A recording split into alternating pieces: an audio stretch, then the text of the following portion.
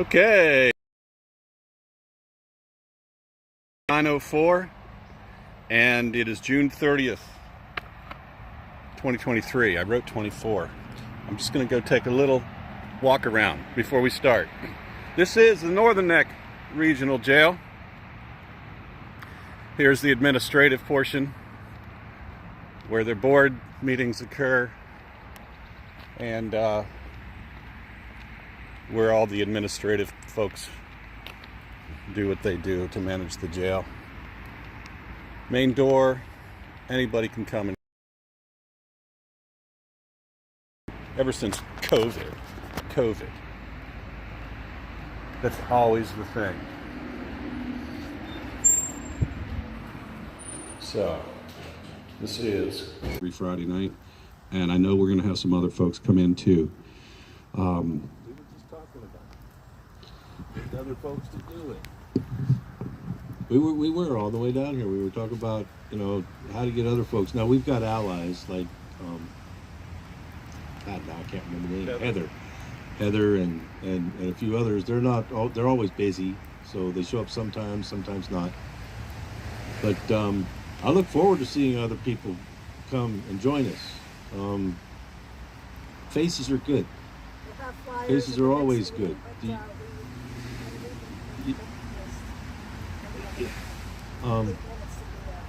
The guys, that's true. Ooh. But the guys need to see faces. They get to watch these things when they get put up. And so they need to see faces. Faces are good. Well, their families certainly do. We've sent out the links to folks so that they can go on to the YouTube site for Northern Neck Patriots and watch any one of these who want to. So I've got a couple of things.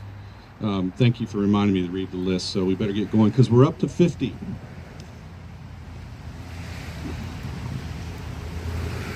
I want to make sure that thing is recording. That's a good idea. Yep, looks to be. All right, so here's the list I have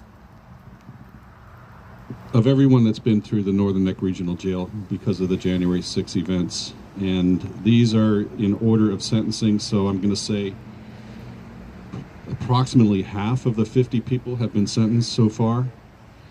There's another one coming up next week. Barry Ramey is on the 6th of July, so I think we're going to make a real effort to get up there to support Barry.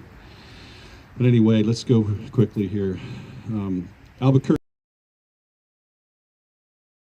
Young, Howard Adams, Hosea Kenyon, Robert Morse, Mark Ponder, Ronald Sandlin, Mark Mazza, Jeffrey Brown, Jeffrey Sills, Lucas Denny, Justin David Jersey, Kenneth Harrelson, Howard Richardson, Mahila Pryor, Nicholas Lagerand, William Rogan Reed, Mitchell Todd Gardner, Nicholas Brockhoff, Matthew Miller, Daryl Judd, Ricky Wilden, Troy Sargent, Cash Kelly,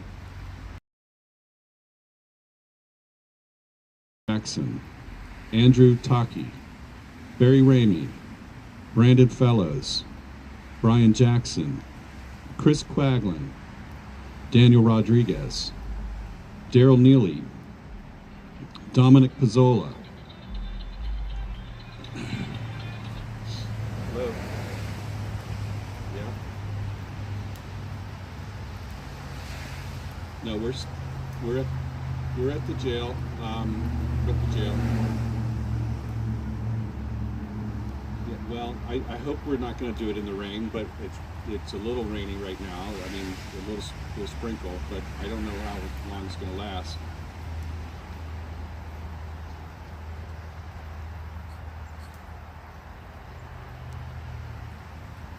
Seems to be fine now. Yeah. Okay. Well, give it a whirl. We'll see. Okay. Thanks. Bye.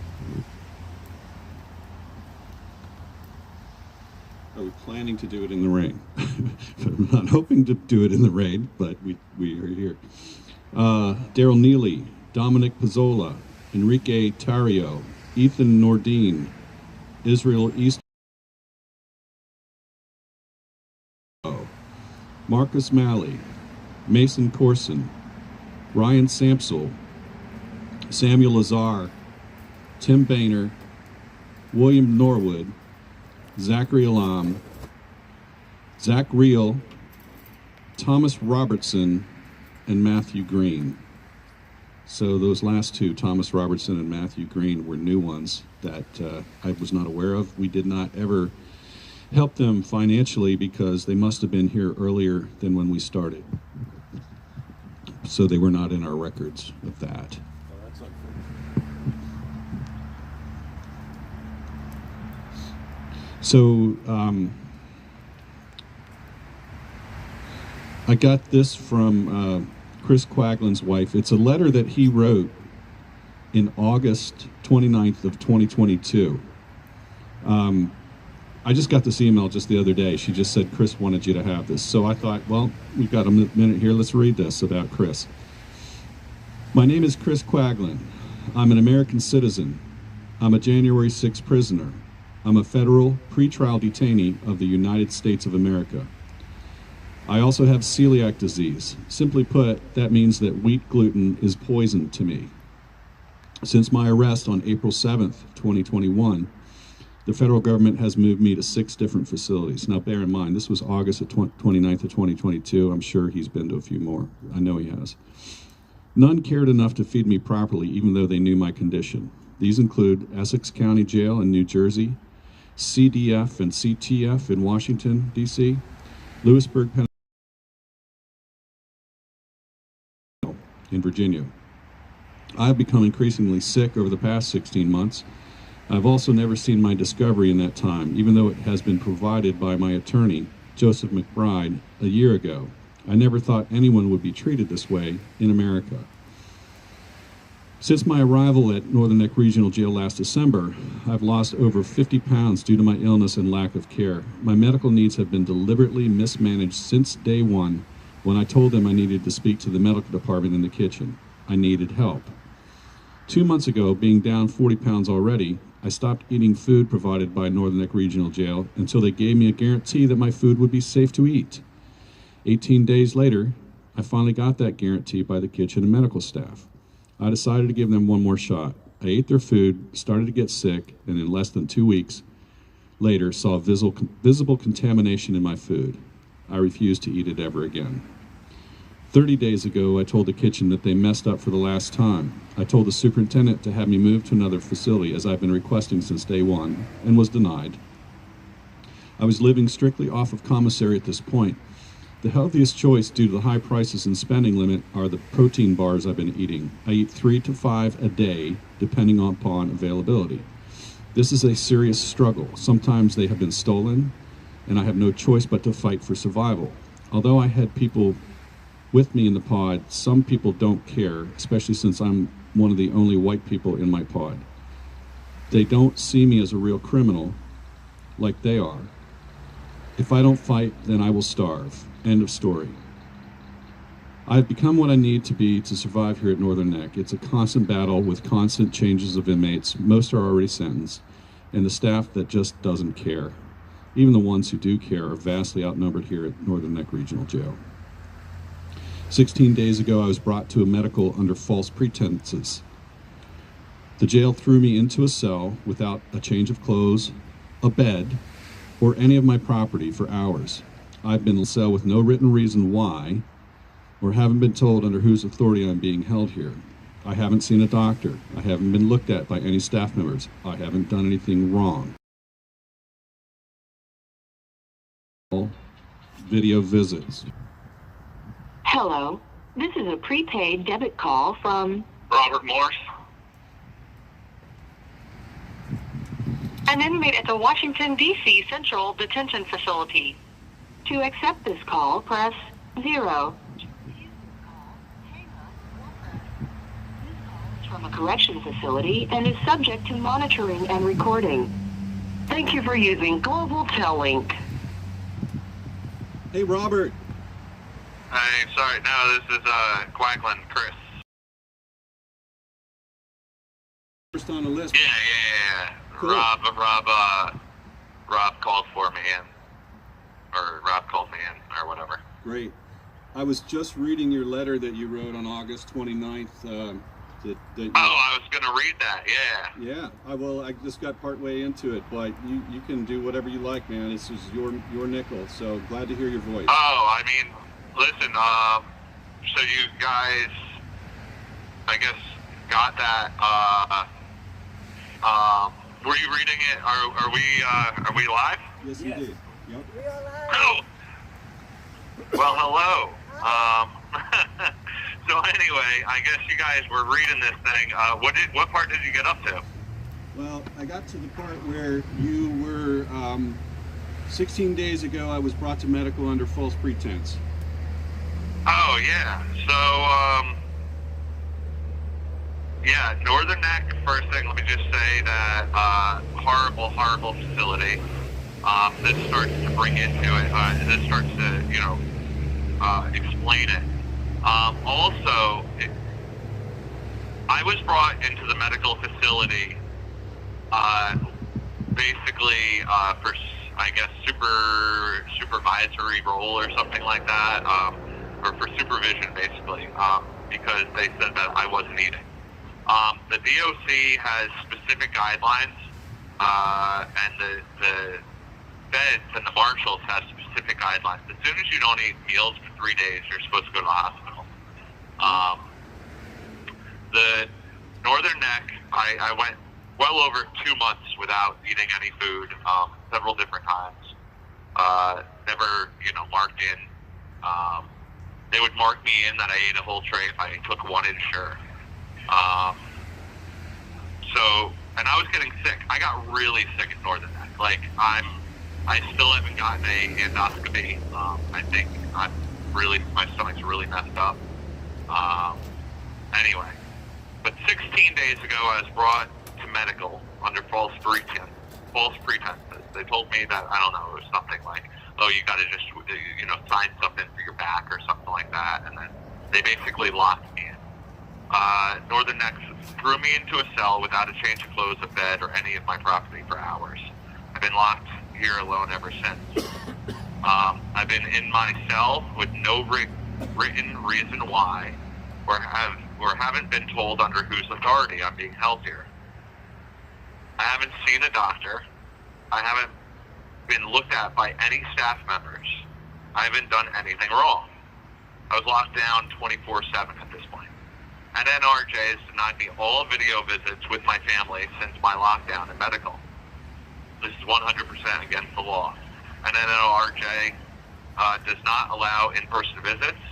Most days I am denied access to a working phone, also illegal. This is due to the classification team that works here at NNRJ. They laughed about how this is the next best quote. This is the next best,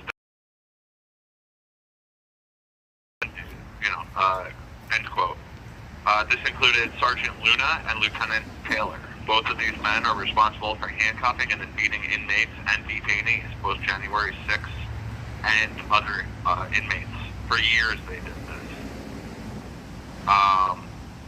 Right now I'm locked down 24/7, no TV, no books, no envelopes even to write anyone, including my lawyer.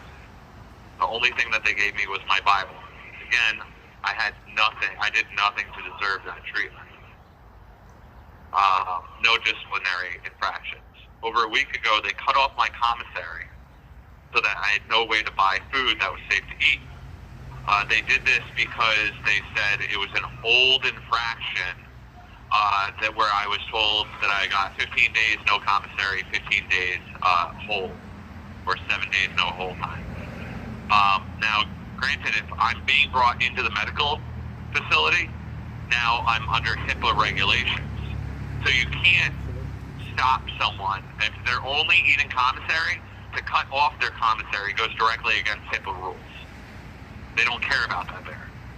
Anyway, so I had no way to have anything that was safe to eat. All pleas went unanswered. I wrote everyone, including the jail superintendent, Ted Hull. I also wrote all of the lieutenants. I will not eat the food provided by NNRJ. This has made me so sick that I would rather starve. I had to ration my food at this point down to 600 calories, from 1,500 down to 600. At this point, I finally got hold of a phone and was able to call my family. I told my wife and my father to call the U.S. Marshals. Everyone else at this point got the call to call the U.S. Marshals. Thank you guys for calling as well. The Marshals got something like 700 calls. They finally showed up to the jail, but they never spoke to me. They did speak to Northern Neck management, who obviously lied to them. They hid me when the Marshals came. So the Marshals left, and I was thrown in the hole the very next day. That was on my birthday, August 26th. I had turned 37 years old, and they had just fixed the video visit in medical that had been broken for a very, very long time. So instead of seeing my wife and child that I was supposed to have, a visit with, I was stripped with all of my belongings, all of my food that I had left, which was not very much, and then I was told to eat the 3 meals that Northern Neck provided, or don't eat anything at all. For 3 days, I didn't eat anything at all. I didn't even have a cup for water. I was told to cut my hands and then drink the water that way, which is also against DOT rules. I'd rather deal with the hunger pains than the agony I endure when I eat wheat, not to mention the harm that it does to my body. This is where I am now. I was 160 pounds, down from 210 when I arrived here in December. I'm a husband, I'm a father, I'm a patriot, or I'm a so-called patriot. Thank you, guys. I'm an American citizen. I'm literally being poisoned and tortured in a jail in Virginia. My human rights and constitutional rights are and have been violated every day. This is not right. We're better than this. America is better than this. Our jails and our justice system need to be better than this. Please send help. I don't want to die here. Sorry. This is bringing up a lot. Yes, I thought I was going to die. No, it's not.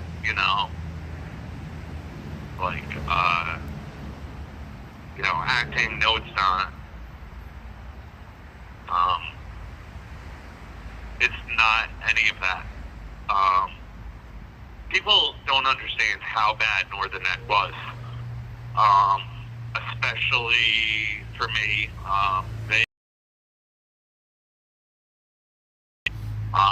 Ever since I basically stuck up for other inmates, because I saw what they were doing and that it wasn't right. So we're better than this. America is better than this. Please send help. I don't want to die here. Please call your Congress person. Tell them that Merrick Garland, Joe Biden's Attorney General, and Ted Hull, the superintendent at Northern Neck Regional Jail, need to be held responsible for their actions. Again, this is going back to August 29th of 22. This was given to my lawyer at the time, Joe McBride, and because basically the incident with Maccabee happened at the DC jail, that include Ryan Nichols, which was like his golden boy. Brian gave him a lot of money, so anything that Ryan wanted, basically Ryan got. So because it would have kind of overshadowed, or maybe not even overshadowed, but shared some of, I guess, this, for lack of a better word, the spotlight, it was buried by Joe McBride. He instead had me write this. He was like, well, that's cool, but now what a great lawyer I am. And I was like, this is no bullshit. This is so, and sorry about cursing, but this is no, I now looking back at it, but you have to understand, dude, I'm down 50 pounds. I'm down a quarter, 25% of my body weight. I I'm literally, I think I'm going to die. And Joe McBride keeps on saying, dude, let's pray about it. Let's pray, and, and I got you. I got your back, man. Like, I'm not going to let anything happen to you. Like, I got you. Believe me, there's an end plan. There's an end plan. Yeah, Joe McBride's end plan was lying to the judge or lying to everyone. And basically, me and him had an argument. And in the DC jail, I told him that I was unhappy with his performance because I found out that he had never looked at my discovery. Throughout all of this time, he never looked at my discovery. I wasn't happy with him. I did not fire him. He was supposed to come back in 2 weeks. The very next day, he left my case and basically handed me off to John Gross, who's a civil attorney. You know what I mean? And not taking anything against John. John's a great guy. He's unbelievable. He spent so much time with me, but he's a civil attorney. He's not a criminal attorney, which is the DC justice system. And now I have, fast forward, John Gross got in he got in big trouble. And then they tried to get Joe McBride in trouble, right? Judge McFadden. Now, Joe had told me, just be civil about it, I got your back, and blah, blah, blah. So I basically let Joe McBride hang himself. I was civil about it. I told him, okay.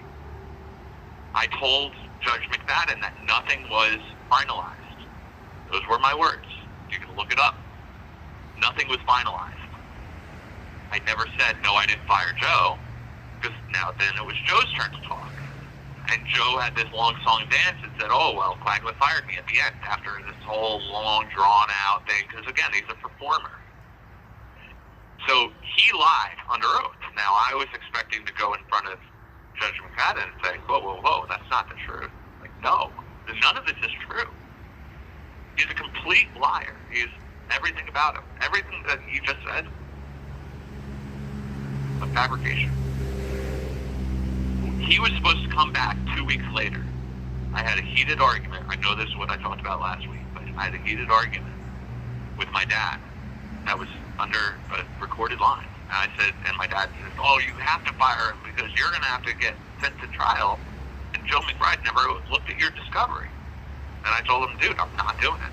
I have to get my ducks in a row. Fast forward, Maria Rodriguez is now my attorney. She got thrown to the wolves as well.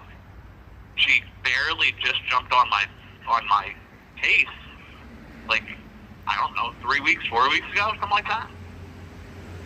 We have no time to get any sort of witnesses, like expert witnesses. And now I think I have like 17 charges or something ridiculous like this. It's crazy. So. And I've been.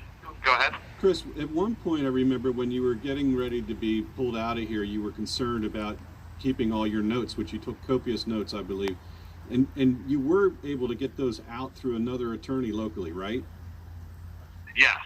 You have 1 minute remaining. I hate this 15-minute stuff, but yes, I was. Well, I got all of my notes out. Thank you for that. I totally forget his name. You have his name? I don't have it with me, but I know. Local attorney. Yep. And it was because of Joan Johnson. That's right. Yep. That I was able to do that. So, I mean, God bless them. And David Johnson also. But God bless them. But all of my notes are out, and eventually this is all going to come to light. And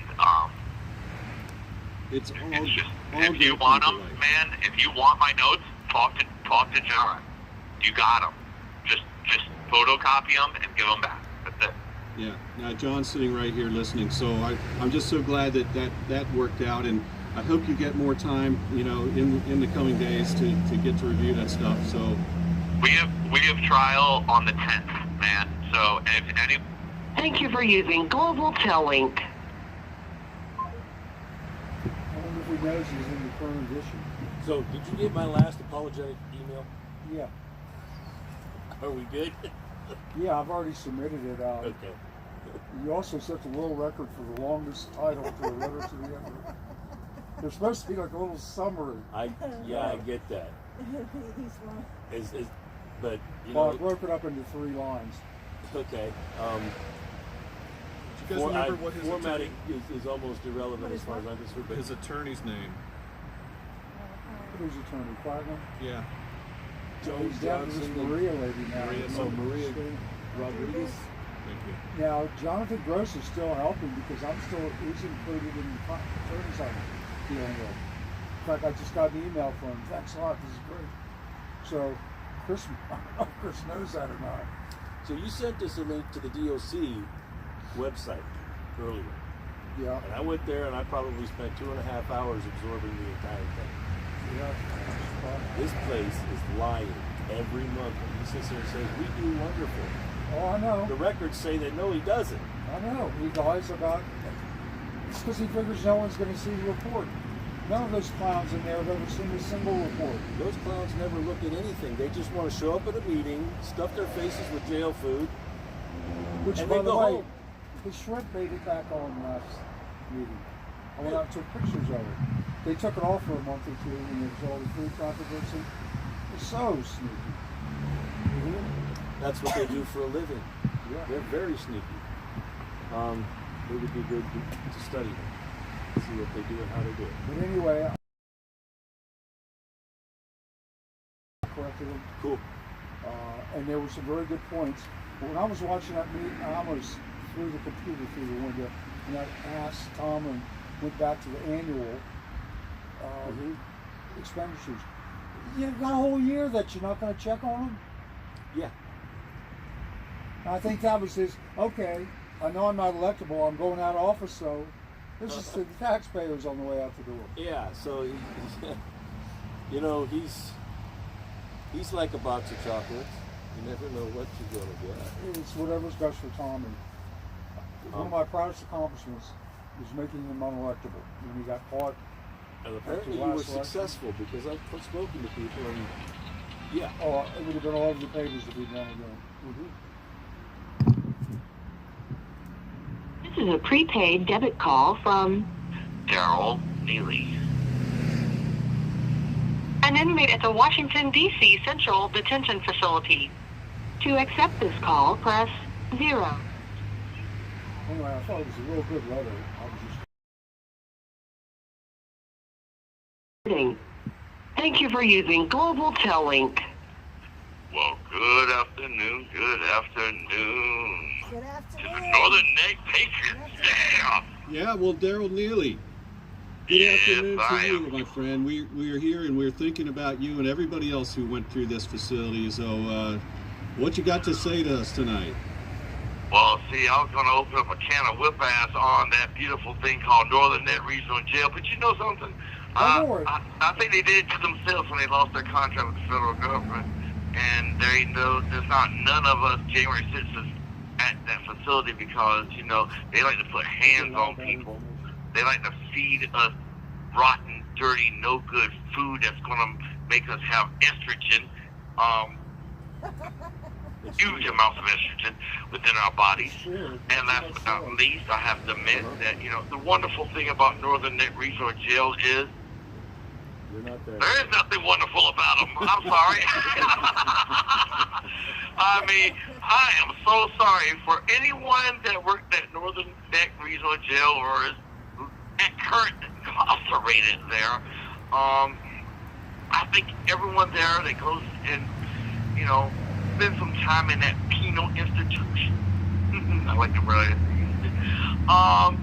They need to be, what's the word, prayed for, because you don't know what you're going to receive from that institution.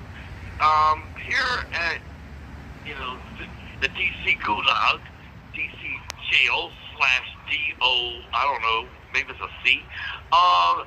We have issues here as well, and most of the issues are the same except for Northern Neck.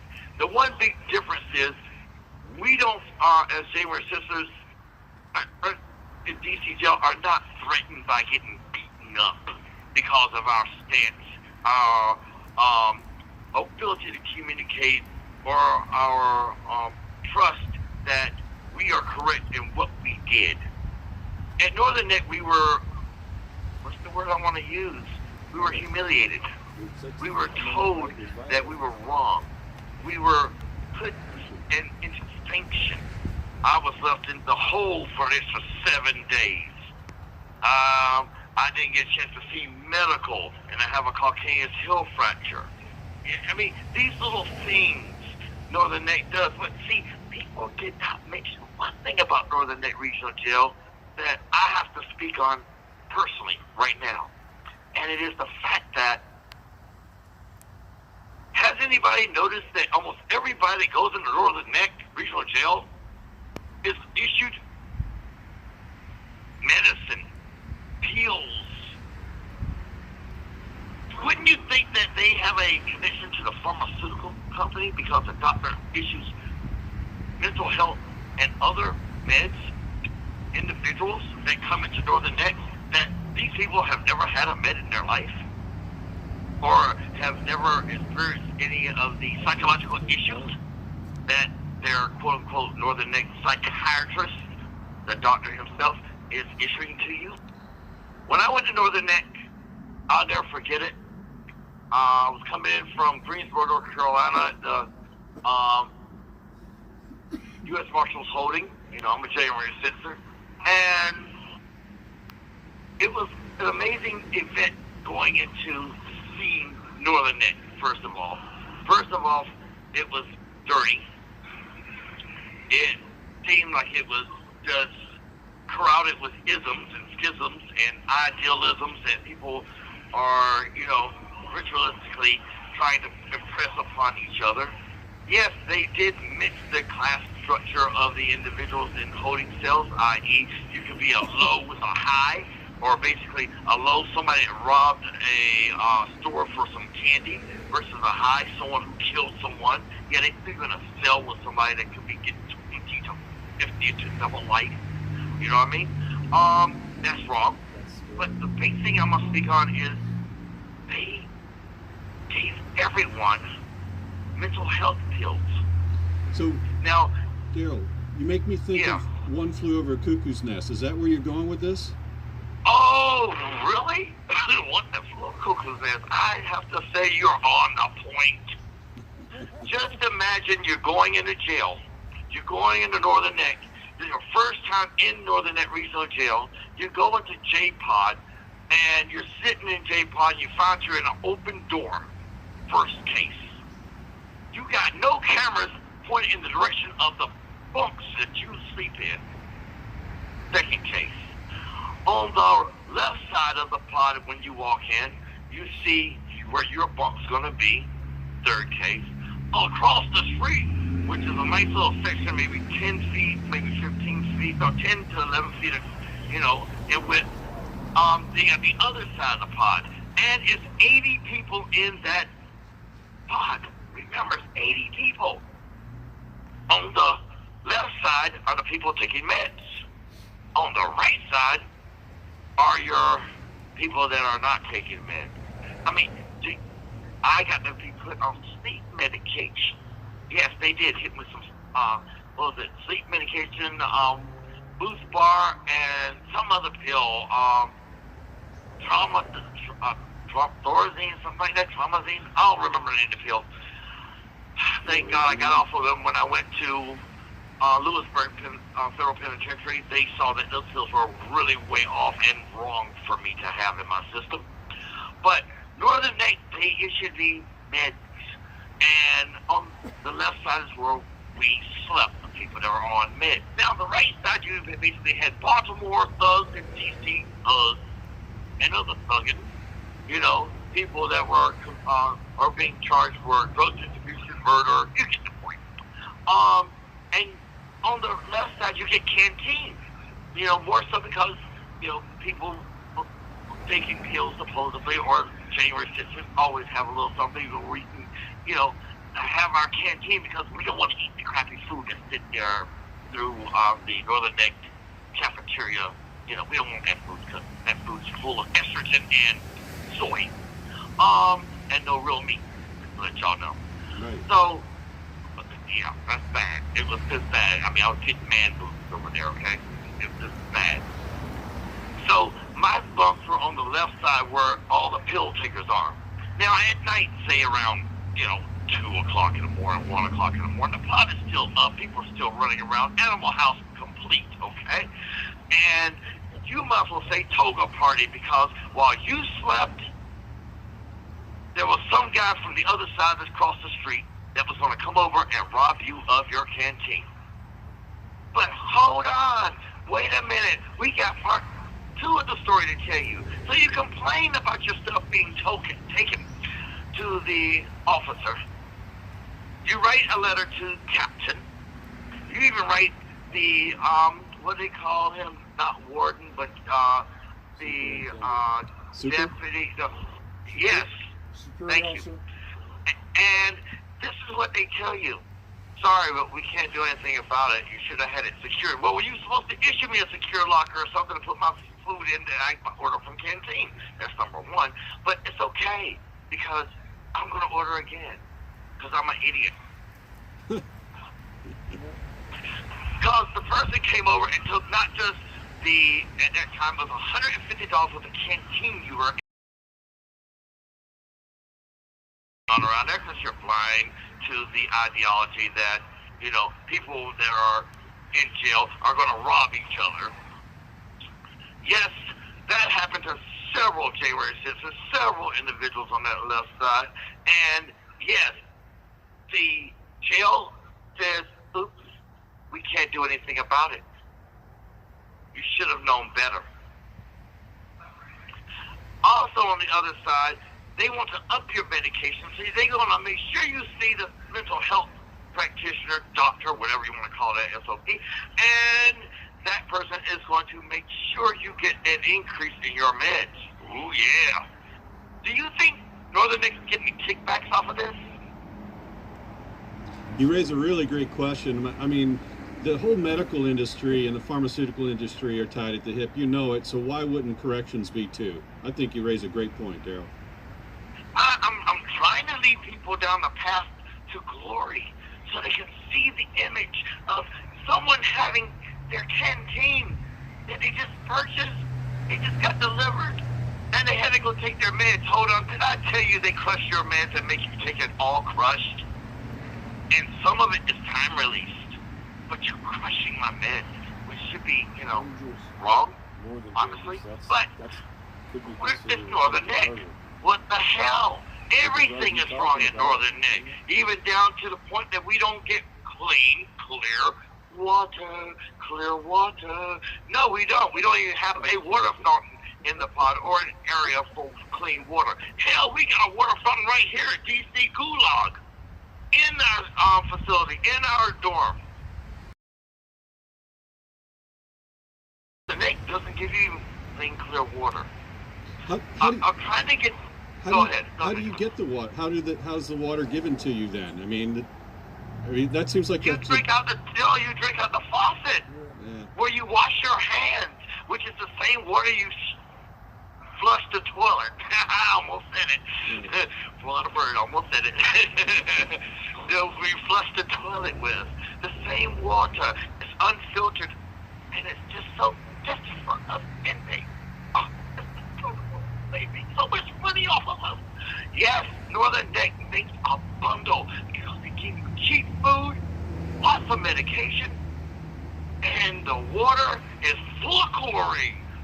Praise the Lord. Now, I'm going to go back to my question. Don't you think the medical facility at Northern Nick Regional Jail, is getting a kickback from the pharmaceutical companies? Because guess what? They did swab you for COVID while you were there.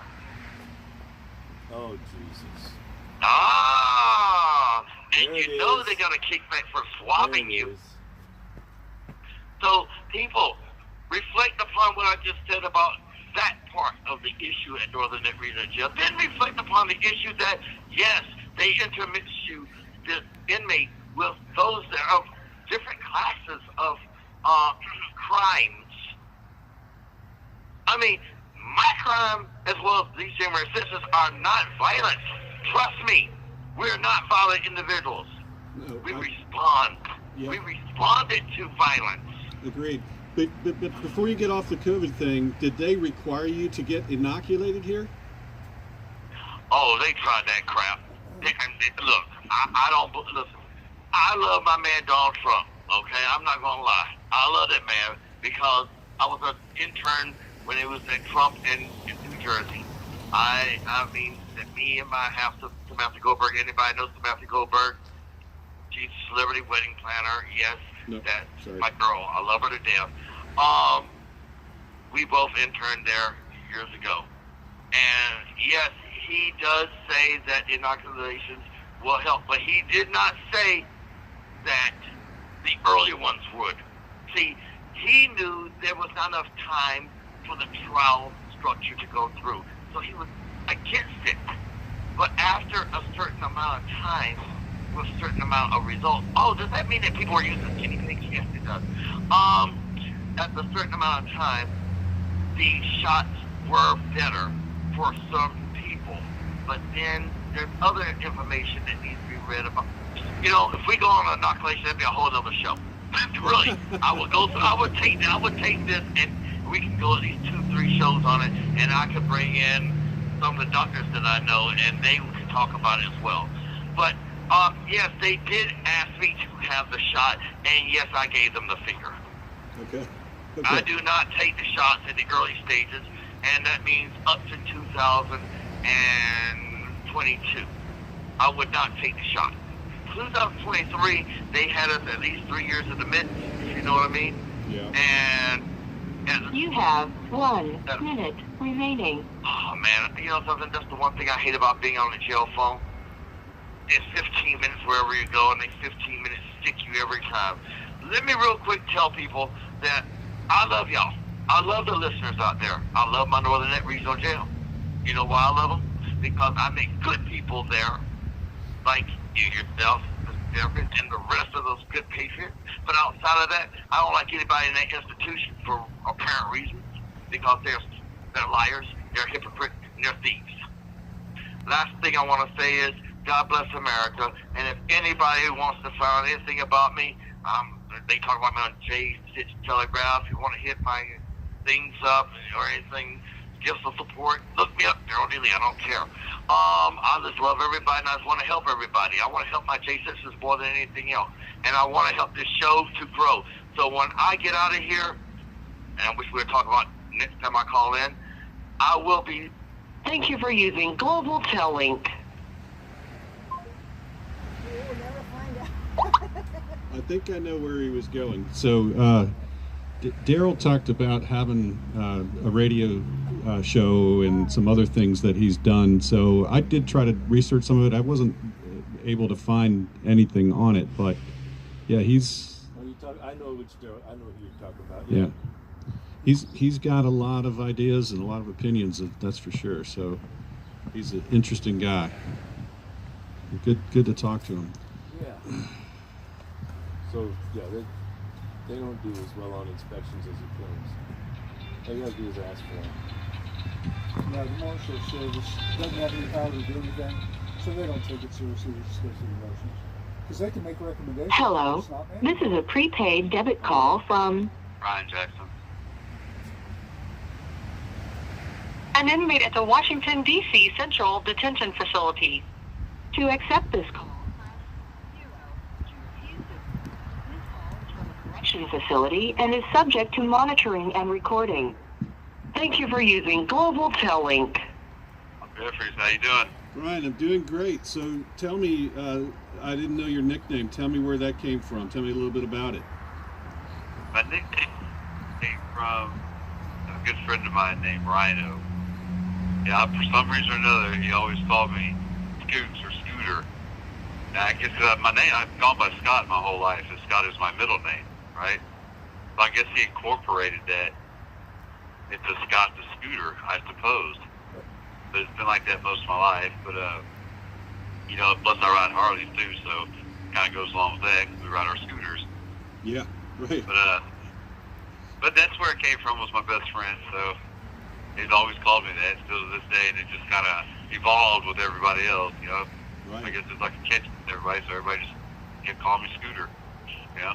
Cool. All right. That's where that come from. Good. So how's it going out there in Northern Neck? It's going good. It's 80 degrees out. A little bit of a shower came through when we first started, but I'm real excited to be able to talk to you guys all tonight. And I don't know if it was Robert who put it together or you all have been thinking about it, but I mean that's why we're here. We want to hear from you. We want to hear your stories. So I'm so happy that we're going to get to talk to a bunch of you. Right, you know, so we just got moved around from Lewisburg and stuff. Everybody's trying to get situated and stuff. And, you know, nobody's really been calling in anywhere, so they're just getting used to their new environment and stuff. So everybody's starting to get in the groove and things. So start calling back to the vigils and stuff like that. Good. Lewisburg tomorrow, and then you got the DC vigil here that we call. So everybody's starting to make their phone calls again. You know, it was a little harder in Lewisburg because, you know, we were limited on our minutes. And, you know, there was 500 free minutes, and they dropped it down to 300 minutes, and we had to pay for them. So but here, you know, we can call as much as we want now, so it's a little different. Calls are real cheap. So. Good. I think they're still having vigils up in Lewisburg, aren't they? They're still doing the vigils. Yeah, Tina and Roy are still up there doing them. Okay, good. All night. Yeah. They should still be doing, as far as I know they are. I mean, we called last week, I believe. But anyways, Heather had texted me and told me something about something you were starting with Chicks for J6 or something. She said you would explain it. Yeah, so Sherry Pitts is somebody that you probably know. If not, she's written a lot of letters. She follows a lot of you guys. She was one of the first people in our group, actually, that really kind of took the initiative to write letters and start putting money on commissary. And I think she was extremely brave for doing that because, a lot of people just don't want to come anywhere near a jail, so. Right. But one of the things she does is she raises chickens. Not a whole lot, but she takes very good care of them. They're beautiful chickens. If you like chickens, they're amazing. And she brought a chick to the last vigil. Her mascot, and it had a sign on it that said "Chicks for J6." So that's what it was about. Oh, okay. Kind of funny. Dog Jefferson. Yeah. Yeah. Because mind you, Sherry raises chickens. I was like, oh, okay, I get it now. Yeah. That's not cool. So, do you ever get anybody to call in from Northern Neck? Well, Is it locals there call? Or I know they spread the word with your number out there and stuff. We have a couple, but they've been. You know what it is? It's really probably comes down to me. I've got their ways to communicate, email addresses and things like that. I just need to encourage them to start calling because I think they need to know why we're still here just as much as you guys do, which is you guys shine the light on it.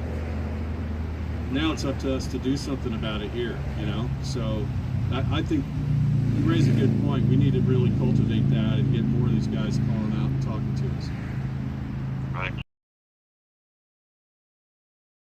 Have you guys seen the article in the Northern Neck Sentinel from June?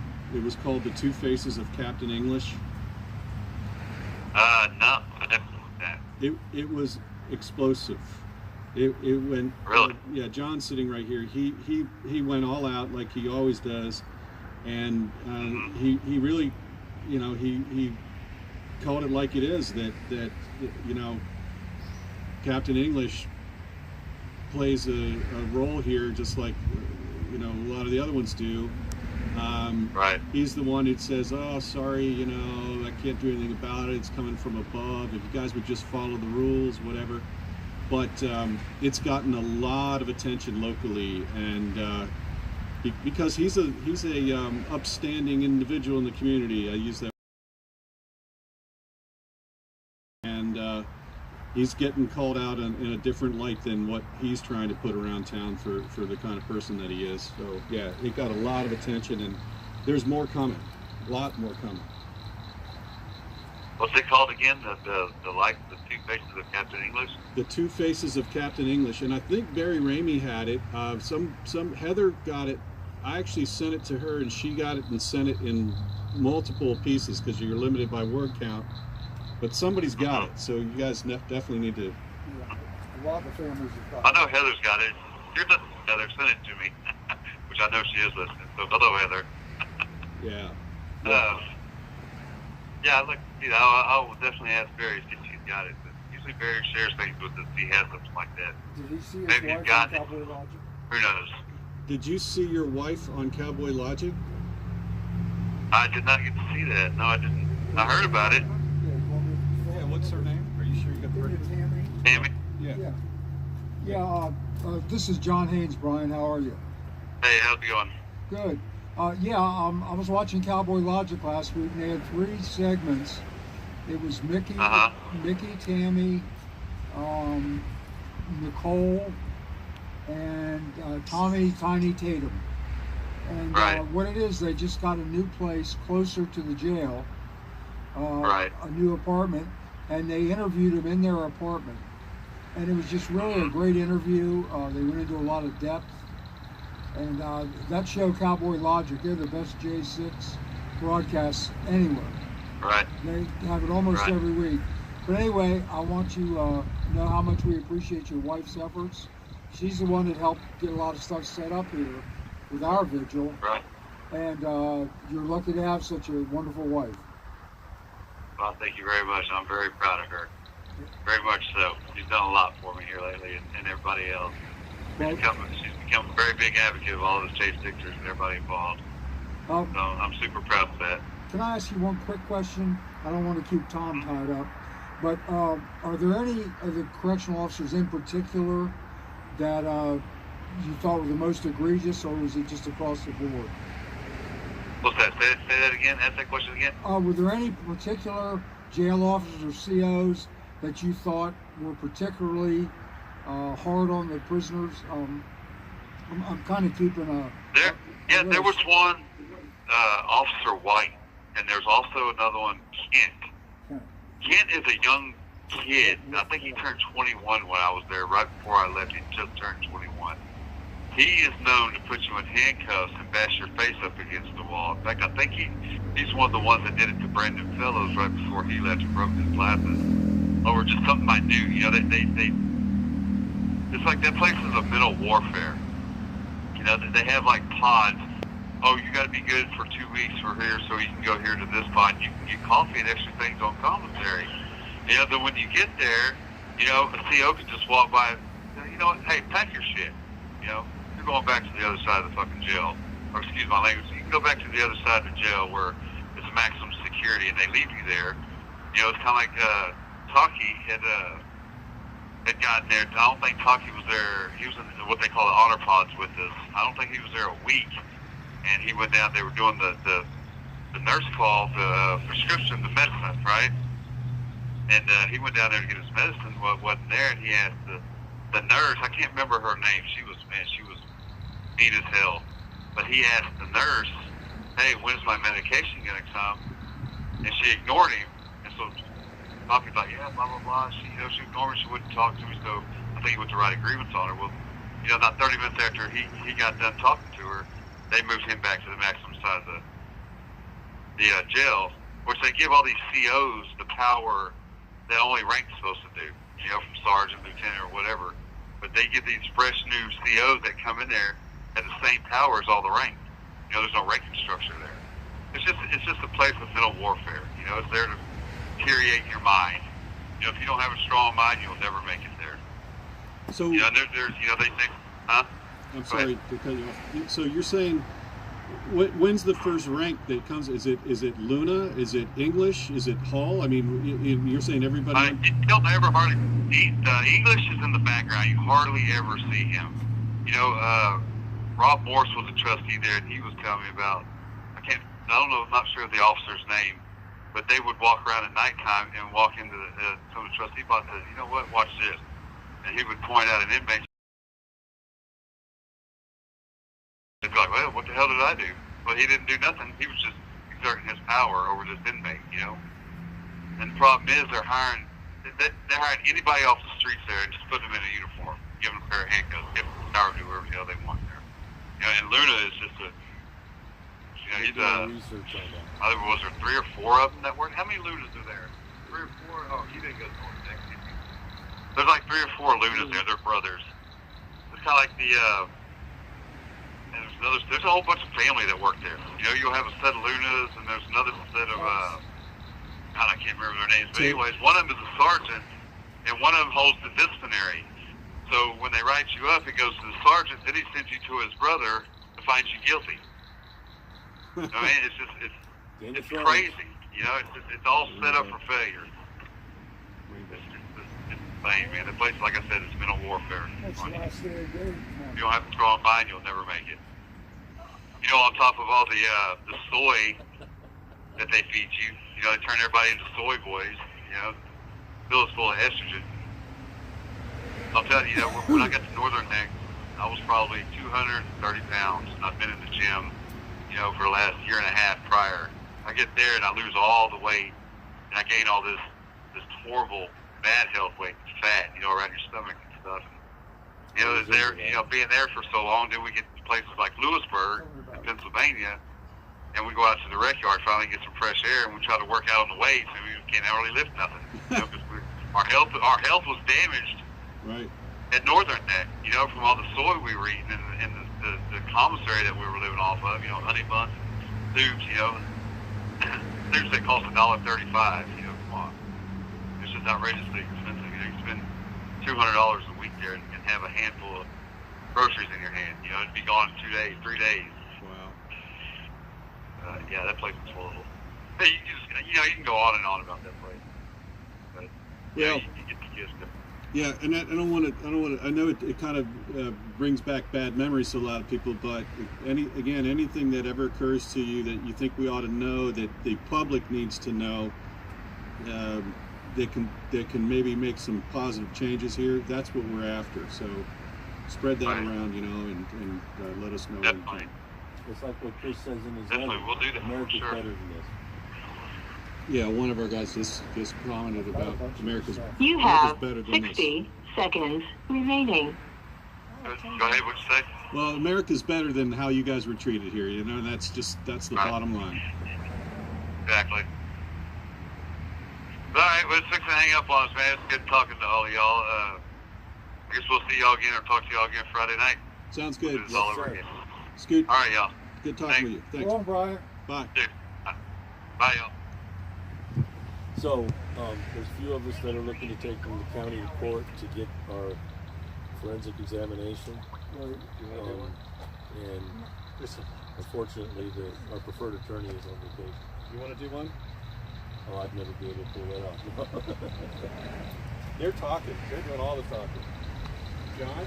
I'll fill in for one. I'm not sure where I was supposed to be sitting, but Barry Ramey's next. You're fine. You're probably in there. I'll look. yeah, well, I know Barry well enough. Should I bet you I talked to Barry 50 times. The problem is, you got to hold this phone right here. Okay. That's where. And then what I do is I just see that. Yeah. Put that right on the end of that, and then I just do this and talk to her. Yeah. So I'll get the call teed up for you. I'm sorry, man. I didn't realize you were going to get him back here. No, I'm just tired. I'm with you. I went to the jail meeting yesterday so that we could plan accordingly. How would we know if it's delayed? I was telling Tom last time they changed it, they posted it inside the office right there. So I was just going to look before we left. There's nothing on their website. But of course, as you know, they don't want the public there, so they're not going to. Yeah, they're not going to make it easy. By law, they're required to post it in the clerk's office, but I'm sure they don't. So the normal meeting would be on the 4th, right? Yeah. But Tom was saying he thought because of the holiday, Right. which makes sense. Is the first Wednesday, not the 4th. 4th is a Tuesday. Oh, God. So a lot of guys take the day before and the day after, so. I emailed Amy Dameron today before I talked to you, and I just said, can I please have a copy of the agenda for the next meeting?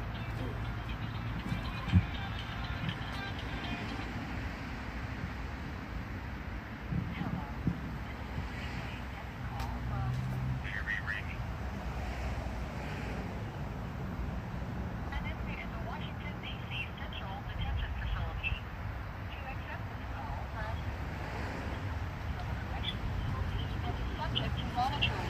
recording. Thank you for using Global Tel. Hey, what's up, ladies and gentlemen? You recognize the voice? John Haynes? In person. Who was that? Yes, yeah, it's me. Okay, awesome. Said in person. Sorry, it's really loud in here. How you doing, good sir? Pretty good. How you been? Oh, not bad at all. You know, just trying to survive and doing all right. Well, good, good. Have you gotten to see a copy of the current Sentinel? I have not, no. Okay, well, we have one of your close friends on the front page feature article, dispatcher, claiming that, first of all, he pretended like he didn't know who Samsel was, asked him to spell the name, and said, oh no, he's fine. And of course, as we all know, he wasn't fine. But anyway, wow. enough of that. What do you want to talk about? Oh, no. Well, I mean, that's good. I'm glad you guys exposed that stuff. Hopefully it'll carry some weight around there. You know, that place needs to be audited and shut down. That's for damn sure. I think my fiance was able to send you a link to the article that I had published in Gateway Pundit. Yeah, in fact, I'd already seen it. I thought it was excellent. I follow them religiously. Cool. They are doing a great job. In fact, there's a new one up there from Ryan Samsel. He's starting to get out a lot. But no, I'll tell you what, they are just spectacular. Yeah, they are. Jim Hoff and all those people there, they have been unwavering as far as their support for us. We really appreciate it, as also has the Northern Neck Sentinel. But yeah, I mean, it's all telling. You know, hopefully it's just the tip. I know it's just the tip of the iceberg, but hopefully it causes many other Antifa dominoes to fall and expose. You know, that what we've been saying from the beginning is that they were amongst us at the Capitol. You know, and we've been called liars or you know, people trying to blame something on somebody else for 2 years now. And what's good about that article is people can look up his own FBI statements, you know, statements that he gave to the FBI. His own words said he went to the Capitol in hopes of getting tried. Gateway Pundit, they're unbelievable. Julie Kelly, Revolver, more and more, Barry, the words coming out, and you've been a big part of it.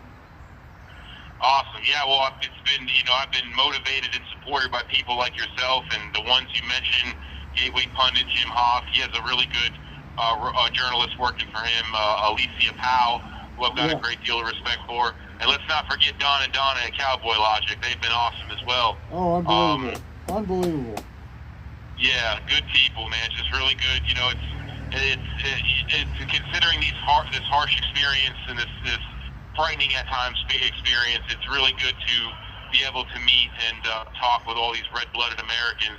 You know, it definitely gives a lot of hope, because at the end of the day, it's America that we're fighting for. It's the Constitution that we're fighting for. It's against anarcho-communists that we're fighting against. And, you know, it's good to know that we have good people on our side. Well, you know, I always think of January 2021 as the second coming of July 4th, 1776. Because I think it's going to symbolically be the reawakening of America. I mean, we're seeing it. I mean, just look what's happening with Bud Light. You know, as I call it now, Transheiser-Busch and Bud Light, the queen of beers.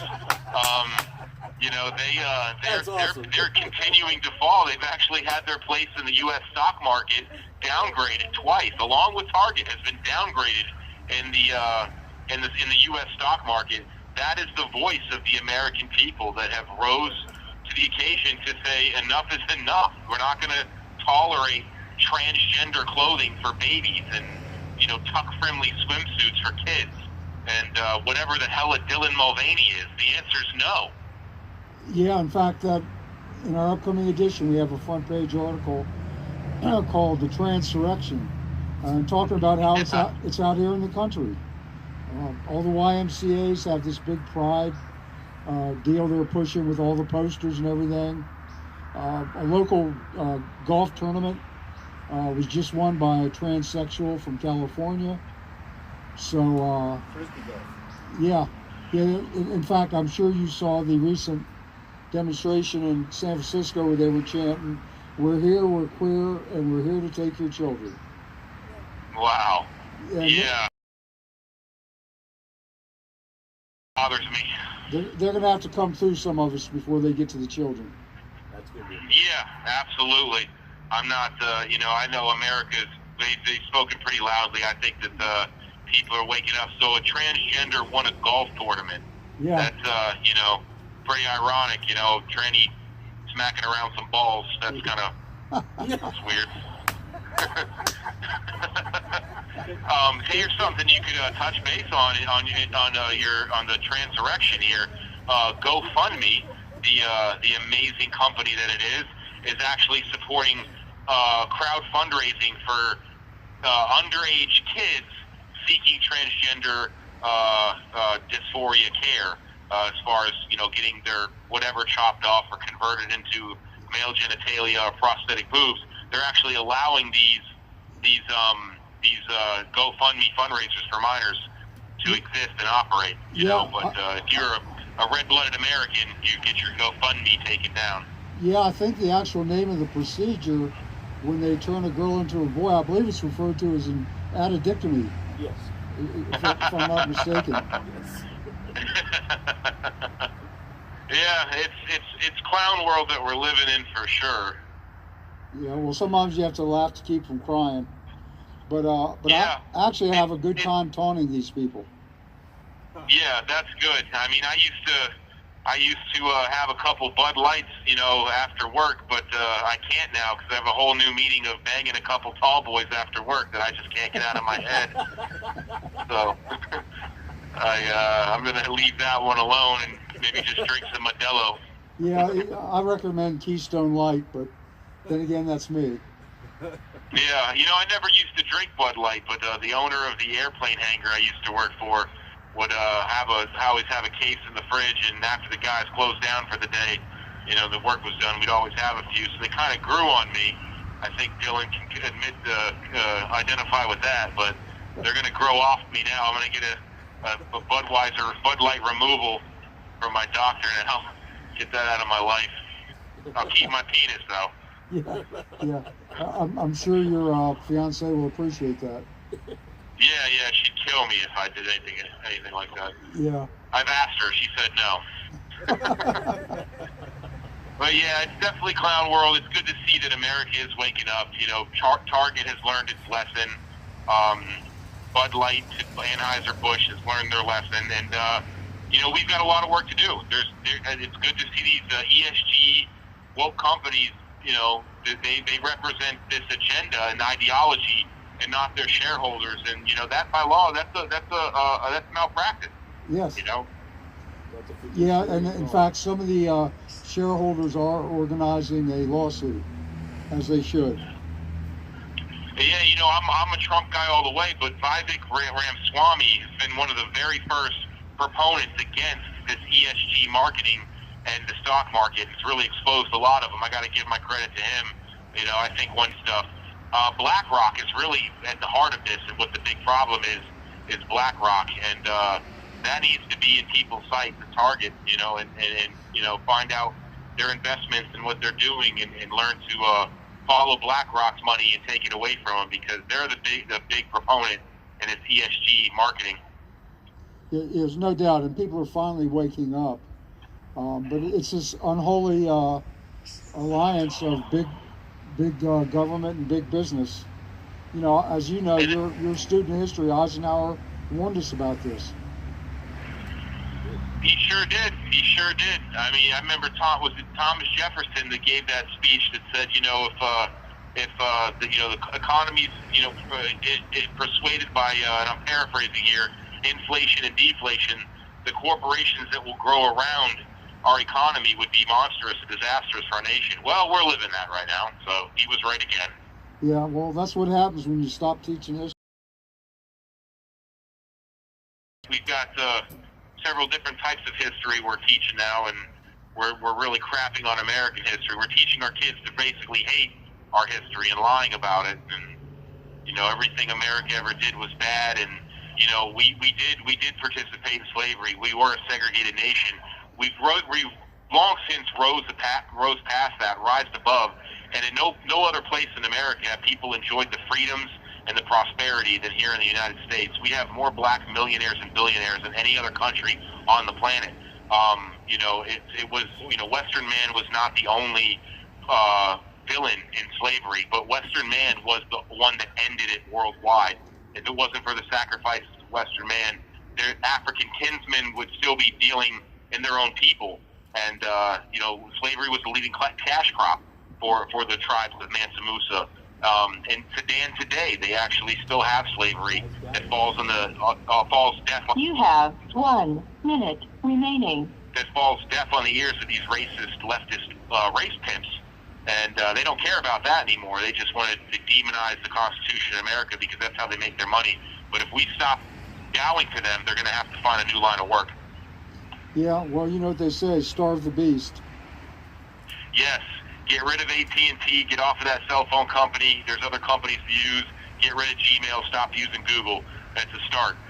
Thanks, John, for taking my call. I love you guys. We have another caller calling in soon. God bless you all, and God bless the USA. All right.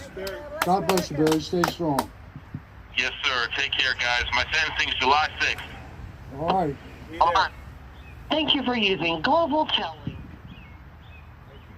Sure. Great. Yeah, well, it take a whole lot of brains to talk. It's not in my case. Yeah, I think Barry's, He's incredible. he's one of the first that you probably corresponded Yeah, in fact, he's really been a big help to me. He sent me a lot of documentation. He's the one that originally sent me the handbook, with. the whole handbook from here. He, one of the attorneys, I can't remember which one, was referred to me by him. And the attorney, because I've got about 5 or 6 I work with, and I get them mixed up. And of course, we also have the guy with Gates' office. He's an attorney. Normally you work with an agent. For some reason, he wants me to work with the attorney. Did he actually mail you a handbook? Yeah. Wow. So he must have stole it or paid $15 for it because that's what they charge Well, you. you know how they're bound with the plastic binder? It's loose. Yeah. So I don't know if he had to take that apart to get it to mail, or how he did it, or got it past him, but he's a clever fellow. Yeah. In fact, before they could get all the jail calls, they were all getting me third party. I'll tell you, he's a master at it, Samson. You get all the other inmates to, Hello. This is a prepaid debit call from an inmate at the Washington, D.C. Central Detention Facility. To accept this call, press 0. This call is from a corrections facility and is subject to monitoring and recording. Thank you for using Global Tellink. Hello. Jonathan, how are you? I'm excellent, sir. Excellent. Is this Tom? Yes, it is. Yep. You doing well? Doing well? You're doing well. There was a little rainy out. There was a little rainy out still. It's not now, is it? No, it cleared up. It was a few drops when we started, but no, it's actually getting comfortable. It's getting breezy. I just saw a rainbow Nice. a few minutes ago. The rainbow was not over top of the jail, believe it or not. It was off to the west, but it was indeed a rainbow. Okay. Did we travel to the end of it to find out what's going on? No, but Was someone it here, bumper cut? No. someone here said that that's the end of Pride Month. It's June 30th, so it's the end of Pride Month. Yes, that's great. Oh no, that's funny right there. I don't care who you are. That's funny. Yeah, it's ridiculous. It's ridiculous. I mean, you turn on the TV. I don't even watch TV here. I mean, I haven't been around like cable TV in a long time, but it's disgusting. Yeah, agreed. I sometimes travel for work, and I'm in the hotel room and I turn it on, and I just can't believe the amount of information, and well, not even just trash, really. Basically, just meaningless blather. I don't know. And they wallow it in there. It's crazy, Tom. Like I heard one interview done with one of these drag people, and they said, and I quote, "We're coming for your kids." Yes. Yeah, we were talking about that. That's exactly right. can you imagine the chutzpah to think that they can do that? I guess they've been, living in the margin to rise. Do you think they're going to be successful telling people that they're coming for their kids? Yeah. Death wish. No. And you know what? It's good families around the country that have raised their kids well, so they don't have to worry about these issues that you find online with exploitation and things like that. I mean, it just doesn't happen in solid homes where dad and mom are right there, watch what's going on, take an active role in their children's lives. That's why we see so much abuse going on, because unfortunately, it really is sad to say that most kids don't have both parents in the house. Yeah. So. Yeah. So yeah, that's it leaves you disappointed. Well, there's something I'm real excited about. There's a movie coming out this weekend for the July 4th. It's called The Sound of Freedom. Have you heard of it? No, not yet. So it's about the child trafficking industry, which has grown to be huge. I don't remember if it's in the billions of dollars. It's absolutely, it's very, very large. And this is based on a true story about a gentleman who was able to actually track down and save a bunch of kids, and he's devoted his life to it. And Tim Ballard. Wow. Thank you. Yeah, and it's played by Jim Caviezel, who was in Passion of the Christ. He played Jesus. Mel Gibson somewhere around this. I don't think he actually had his hand in the movie, but he's been helping to promote the movie, and he's a big proponent of what those guys are doing. So I think I'm very excited to get this word out there to people that don't know anything about it. You know what? I don't know where or when I saw something about this, but when I remember Jim, the actor Jim Caviezel, right? He was doing some kind of an interview about this project that you're talking about now. So that was my introduction to it. But do you know of a release day or something? Yeah, I think it starts tomorrow. Well, everybody's saying July 4th, but I think it's coming out this weekend, next week for sure. Sounds good. Yeah, we definitely would love to hear about that. The way Angel Studios, they're the ones that ultimately finished producing it. It started somewhere else, but it stopped, and then somebody else picked it up, and that's Angel Studios. They're the same people that brought you The Chosen. Anyhow, the way they work is they'll release it in a movie in theaters, and then after a couple of weeks, it's free to download on their website. So okay. I would recommend seeing it in a theater, though. I know you guys have a challenge on that particular regard. That is true. But something I have a little bit of hope with, and not to switch topics completely, but I heard you're working on a project that puts J6ers in. What was it? They were explaining. Correct me if I'm wrong, but it was called Hotties for J6ers or something, and it's some form of dating service. Now, is this a joke, or is this something that's really happening? Because I would love to get involved. Wow, Sherry's gonna love this. Oh yeah, well Sherry Pitts is not here with us tonight, but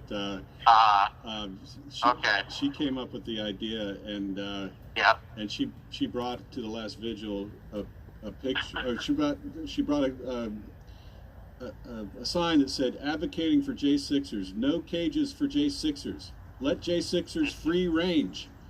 And the next chicks for J6, and she brought one of her prize chicken chicks. So. Yeah, exactly. Oh man, that's great. Yeah, I can imagine what's been going around. Like, the Northern Neck Patriots, they can't put money in commissary anymore, but maybe we can get you guys hookups. Hey, look, I mean, that's more than we could ask. But I'm sure a lot of people, especially who have a hard time writing people, will find a newfound reason to get pen and paper put together. You know what I mean? Yeah. Some of us were bad with replies and some act on paper and showing some appreciation. And first off, you folks were my first introduction to anything helpful like that. So, it was very appreciated. And but I do offer my thanks. for sure. It was, things are great still, with other organizations, but, you really pulled through for us at that time, and that was a big thing. So thank you all very, very much for that time. Well, I appreciate your words, and we always pass it on to the rest of our group, and we meet every month, and it means a lot because, like I've said many, many times before, letting you guys' actual voices be heard and your stories. You're human beings, guys. You're not monsters that went to the Capitol. Who even thinks that narrative has any basis to it at all? And in fact, the opposite is what's coming out. And I think that's what is going to ultimately set you guys free. Enough people are going to demand that this is BS. And it's not just that a few people got out of hand. It's that our government created a situation where they on purpose, they were looking to incite a riot, and that's what they did. Unbelievable. This, like the actions that myself and others took, that day, without getting too involved in it, it was what was vastly different from the thinking process we had walking from Freedom Plaza up to the Capitol building. And it's just, it's an interesting look at human behavior under certain circumstances. And, the FBI, they understand this, so they use tools, I'm sure, to manipulate people to get information and things like that. Good cop, bad cop gone wild kind of thing, So, I remember my walking up, and there were just people saying, and all this stuff, go inside, and it just didn't make any sense because we hadn't even heard back from Pence at that point, what he was going to do. Anyway, it's just terrible. I heard two guys walking when I was leaving. They were walking kind of, about the same steps, a few feet away from me, and they were talking to one another, but they were saying it in a loud way that everybody around them could hear, and they said, this is what the Second Amendment was made for, or something like that. And it just made me realize when you said that, it just still seemed odd and out of place. Because at that point in time, most people didn't realize that Ashley Babbitt was shot, or that Roseanne Bond was killed, or on and on. Nobody knew that much. It just seemed like it was a mass of humanity there. But, so anyway. So that's terrible. Yeah. But no, go ahead. No, I'm done. I just wanted to let you. Terrible thing that what they did, and I think that, the loss of life that they continue to figure out to be complicit. It's just ridiculous. And I'm watching good people right now. All the big names that you've heard from January 6th are in the same unit right now, and it's heartbreaking. A lot of them. One gentleman hasn't even met his own child. Is it really that worth it to the government to hurt people to the point where they haven't met their newborn child? Yes, it is. It's with no hesitation. And it's worse than that. It's worse than that. We got people that have families, and all this, but to be here, to be in it's extraordinary because the character of these men are such that the others are very much affected by in a positive way, and their positive attitude on going through what they're going through stems from a hope that I wish I had. I'll put it that way. Well, it's got to be contagious at some point, and yeah, please keep the faith, because I think that it will get turned around. It's not going to be tomorrow or next week, but there is a lot more coming out, a lot more information that people are finding out, and I do think you guys are going to see maybe not a surprise here right away, but you are not going to, I think, spend your amount of time that they're giving everybody in there, and I think we're going to change this. We have to, because we can't allow it to stand. We won't have a country if we can do this to people just because they're supporters of one political party or the other, and we're going to just lock them away. No, we can't stand for that. No, not at all. And I hope it doesn't get to a crazy point. But I think there's a lot that still can be done, and doing what you guys are doing by giving us that voice, by being, online is important because you're on the front line here in a way, telling the world our story, and we need that and we appreciate that. So again, for the millionth time, I was ever so grateful for all of you and all the support you've been to me personally, and then as a whole, as a January 6th defendant. It's been more than heartwarming. It's been encouraging, and so it's even increased our what is it called? I'm just trying to think of the word accountability. By you folks doing what you're doing, it keeps us accountable in a lot of ways. So again, thank you. That's an interesting thought. I'm gonna have to ponder on that one a little bit. The other thing that just blows my mind is that people like Mickey Whithoff, Nicole, Sherry. I don't know if you know all these people or not, but Mickey is obviously Ashley Babbitt's mother. But single day and outside the jail every evening, and that shows you some dedication that is just. I've not seen anything like it. I haven't either. It's an amazing story and understandable given the situation, but still an effort like I've never heard, even from similar situations, be they political or not. Of course we love them. I actually had the opportunity to meet Sherry once during one of the visits. She's a great person, and so it speaks, volumes of the character of Nick's mom, and it's just encouraging. But there's something that will come out of the woodwork. I believe that, or I know that. You have 1 minute remaining. So again, keep on keeping on, guys, and I'll make sure I stay in touch more often with you, and as we get to know each other here, it'll be great for the time we all have to spend together in the future. So I'm sure January 6th is going to have some kind of a gathering. We all know that. So oh yeah, yes. So it'll be good to have. Thank you, Tom. Thank you, everybody. Yeah, and thank you, and God bless you. God bless America. Stay strong and stay in touch. Yes, sir. We sure will. Thank you. All right. Have a good night. All right. Good night. Bye. Bye for now. I tell you, we got lucky. As I was coming into town, it was raining like hell. That's why I called you, Tom. I must have been on the edge of it. Yeah, I sent him an email asking, are we going to get rained out, or will we go to the pavilion or jail? You sent me one? I was really, And I said, well, just come here and see. Yeah, it was really raining where I was. We were on our way. Oh, I see it now. Sorry. Yeah, I had a long morning. I told you we were at the friend's house, so we had boats to gather up and move and pack up and all that kind of stuff and get home. And then I had 3 big pine trees that I wanted to cut down because I didn't want to tackle them myself. So my friend Mark is pretty handy with that kind of stuff. And he drove the tractor and pushed against the pine trees when I was cutting them to make sure they go in the right direction. But it kicked my butt. He knows how to do that. I've had a lot of jobs and being a lumber job was one of them. I remember you talking a little bit about the stories in the Northwest. Yeah. Tom, I got your text. This is why I think I need to take to the store. It says, not enough storage space when I go to gallery.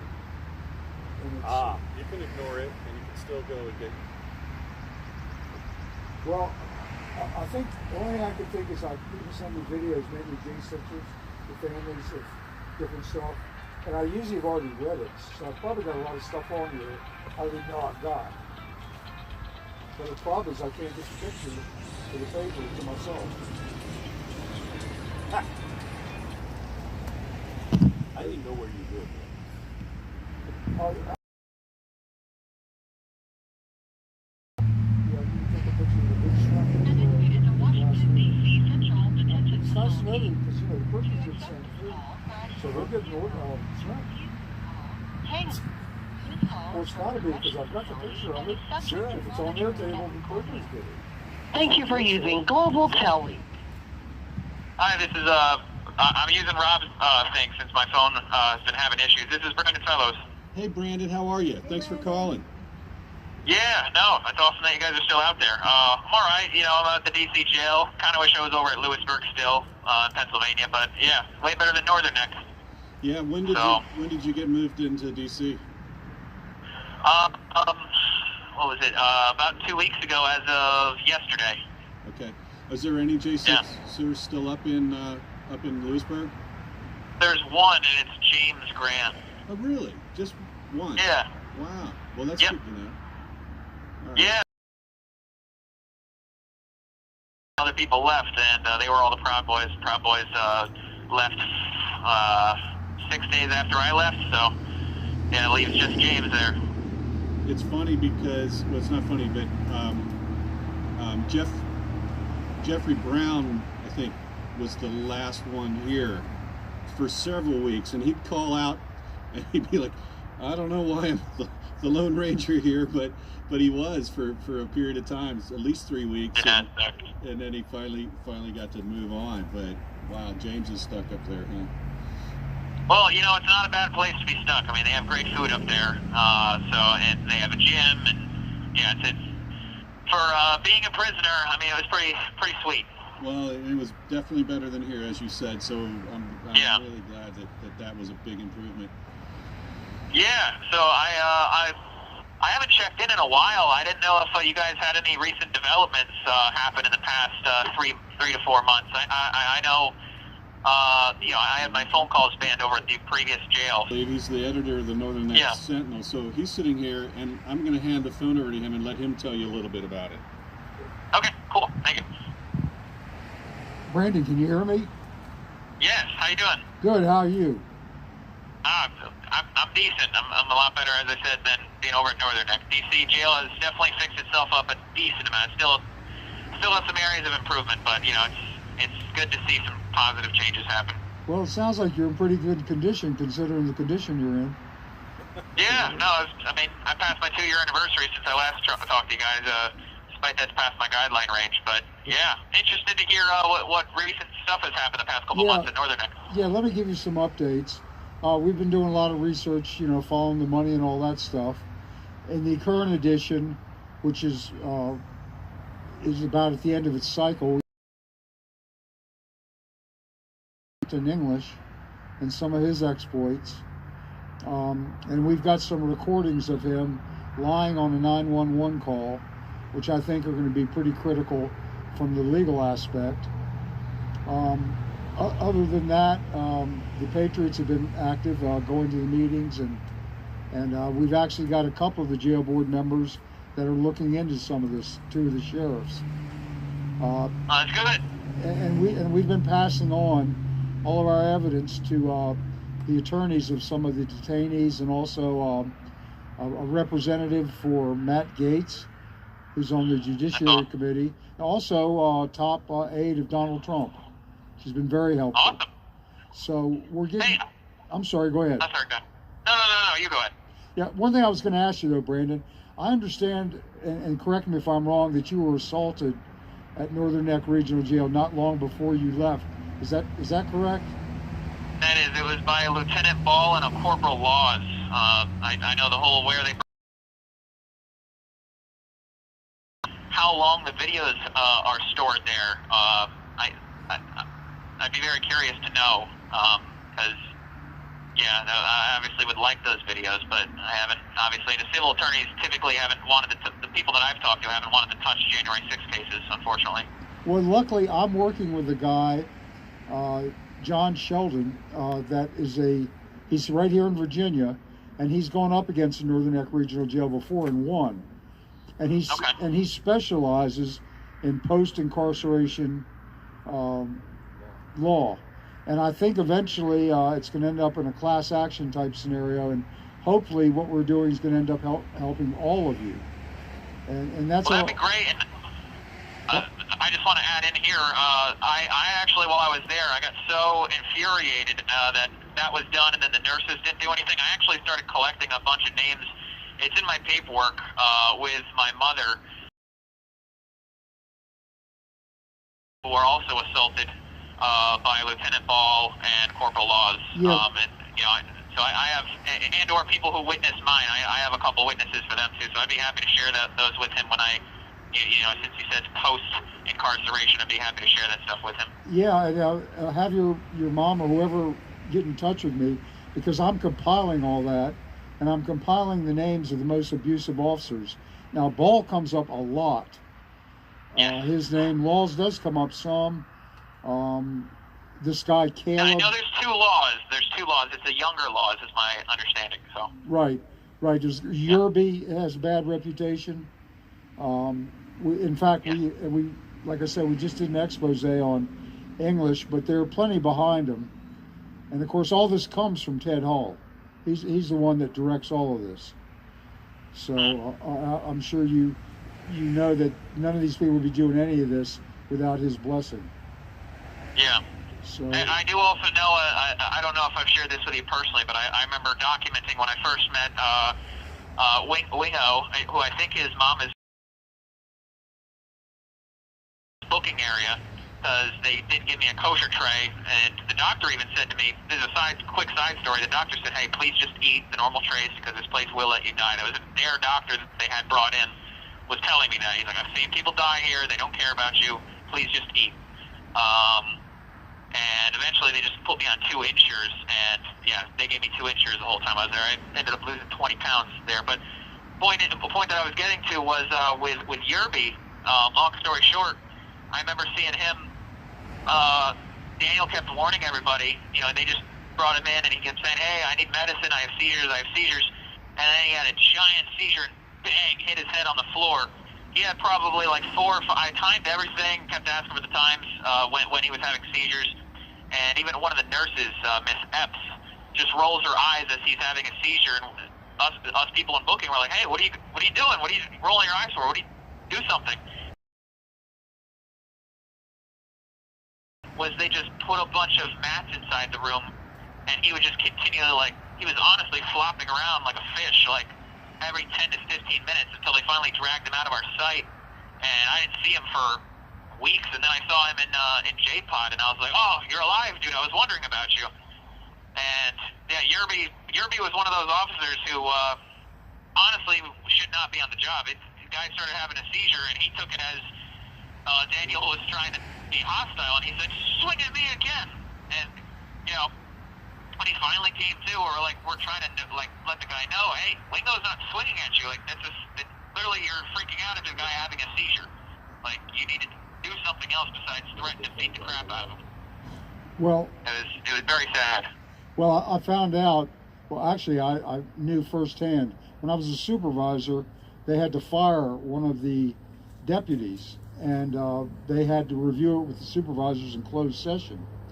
And the reason they had to fire this guy was that he had gotten some really rough with some arrests and roughed up people for no reason and whatever. And I guess they proved he did it. It was Michael Yerby, who was then hired by the regional jail. So Interesting. Mr. Yerby has a long and illustrious history of abuse. Yeah. Well, it definitely seemed like out of all the places that I've been to, I just was baffled at how a super majority, not even just a majority of the guards there, just did not care about people's life or their health or anything. They were just like, yep, didn't care, or they were like, it just was a really sad environment. When I went over to, when we got moved, I was the first people to get pulled out from that jail and brought over to Lewisburg. It was just a total change, and the guards were professional. They just, it was a lot better. I've never been to, even from the DC jail, and this is where we, as the judges have said, DC is supposedly a victim of the crime, and I've got no violent. That's mainly why I'm locked up. I've got no violent charges. I'm actually past my guideline range, but even here at the DC jail, where these people have been infuriated and made hysterical over the event, they don't treat us as bad as they did over at Northern. There's just something up with that place. Yeah, let me ask you a quick question. Did any of the guards or COs actually ever deride you or criticize you or call you a terrorist, any of that type of stuff about J6? Over at Northern Neck, yeah. I don't recall anything along those lines. I definitely here at DC. Yeah, not recently, but the first time I was here. Yeah, because I'd had some of the other guys, I think mostly Samsel, said that they made a comment, this is how we treat terrorists in Warsaw. So it may have been directed more at him in particular. Yeah, that I can't say that ever happened to me at Northern Neck. Okay, well, one thing too you might be interested in knowing, in the upcoming edition, we're printing a list of every employee who has hired on or left Northern Neck Regional Jail to try to generate more whistleblowers. And the turnover is the turnover is incredible, because every decent person quits. So it ends up that no one works there except a bunch of sociopaths. So yeah, I definitely see that. Yeah, they actually weed out the decent human beings. So that's how they get there. Yeah. No, I'd be happy to, you know, I know I have your information here. I'd be happy to, you know, once I get a hold of those papers again, because I've been moved so many times. This is now my 11th time being moved. Hopefully it's my last one with trial coming up, which is really annoying because I've not been able to take a lot of my stuff with me, inhibiting my preparation, but whatever. I'd be happy to get that stuff to you, you know, whenever I get out. I hope that I'll be past, you know, I know I'm past my guidelines. I hope that I'll get out soon and then be able to get that to you. Yeah, well, anything you get, we'll share with the Judiciary Committee and the other attorneys. And I think it's going to help all of you, because eventually all this information is going to be available, because you have to realize that even though it is complicated to sue the jail as an entity, you can sue every county, you can sue every board member, every employee. So this is all going to end up in court someday, and I think they'll regret some of the things they've done. Oh, I bet you they will, because I know, for instance, Lieutenant Ball and Corporal Laws, I mean, they definitely went past the point of qualified immunity. So I saw the truck that Corporal Laws always, you know, he always bragged about his truck, a little F-150 or whatever it was. Like, if he still has that, I think the amount of people that'll, if justice comes, I don't think he's going to be having much of anything. No, and that's what these guys, Ted Hull has them convinced that they're bulletproof. But this same attorney I'm working with has successfully sued them before, and when they lose in court, they just cover it up, or they have a confidential settlement. But these suits are going to also be the key. Heading down the hallway, I've pointed this out to the marshals, and when I've talked to lots of other people that were attacked in a similar way that I was by Ball and Laws, they seem to have a safe area where they like to drag people, and it's in the attorney-client rooms. And typically, you know, obviously for obvious reasons, there's not cameras in the attorney-client room, but they need better cameras facing the halls. Yeah, they need better. They not only need something to stop that from happening, whether it be like, hey, you cannot put people that are not on an attorney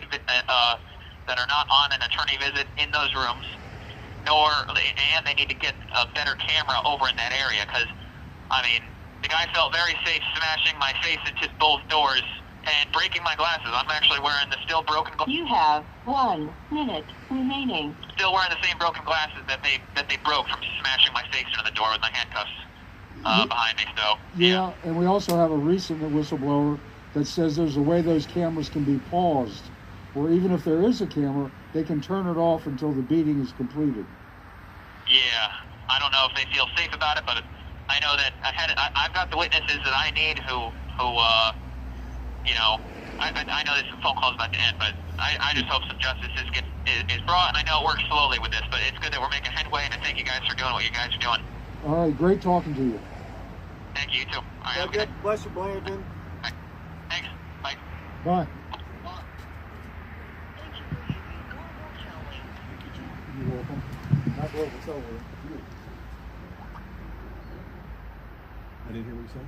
The recording said thank you for using Tellink, and you took it. I said thank you to you. So I said thank you to you, Tom. Well, I'm really glad that you're telling them a little bit more about, this is what we talked about, where we have to actually vocalize this with our own group, because I don't think they have any idea. A lot of the people in our group, you know, John's touching on it. It's going to head in that direction of It's- class action lawsuits, etc. Hey, look at the huge The settlement insidious, Congress just made. the insidious nature of what they do is aggravating at best.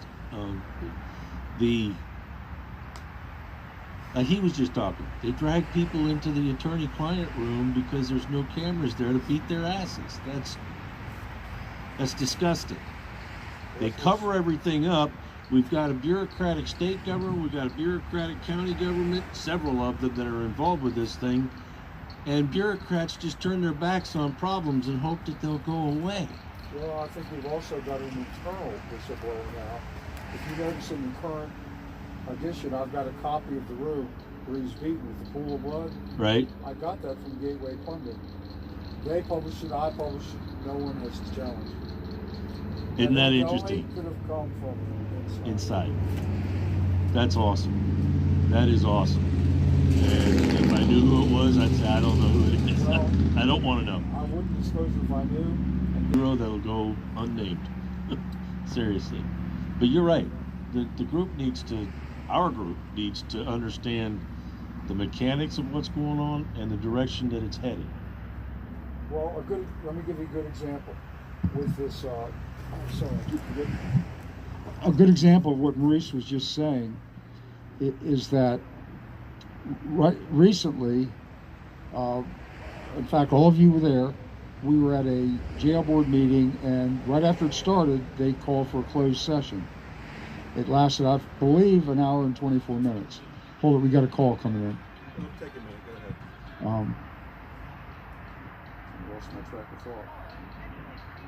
The closed meeting. Oh, anyway, everybody was sequestered in a small room outside for the time and the people involved. And I'll be going into more details in that in the future. But I believe we do have a call coming in now.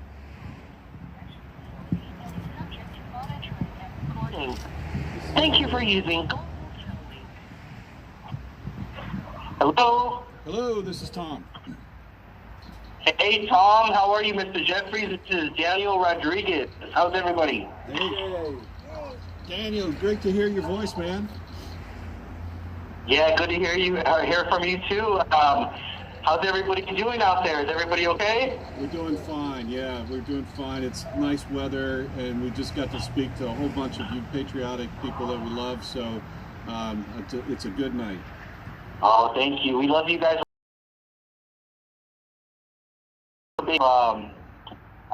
John Haynes, are they out there? John is here, and Maurice and Sherry. So there's just 4 of us tonight. But Okay, Sherry Pitts, is she out there? Is that Cheryl? No, Sherry's not here tonight. No. Okay. Well, what's been the topic tonight? Any good news? What's everybody been saying? Well, we've been talking a good bit about what's been going on here, especially the reporting that John has done in the Sentinel. June had an explosive issue. The front page article was The Two Faces of Captain English. And it went into a lot of detail about how he behaves and how this whole system works here. Now, Captain English is ostensibly a stand-up member of the community. He's on the town council. Yeah. So it's rocked his. Oh man, I need some popcorn. I need some popcorn. You guys are. This is. Yeah, you guys got it going on down there. Well, I remember talking to a local when I was down there, and he has a drinking problem. He's a nice guy otherwise, but he got sentenced to 5 years on a DUI. Anyways, the point is, he's a prominent.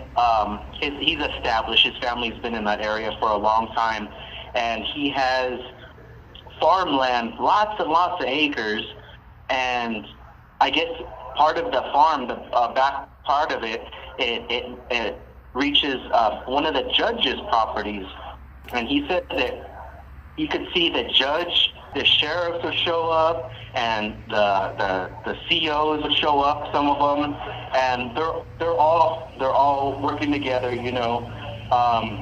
And I just found that interesting, you know, because I come from Los Angeles, where it's corrupt, crooked things to happen.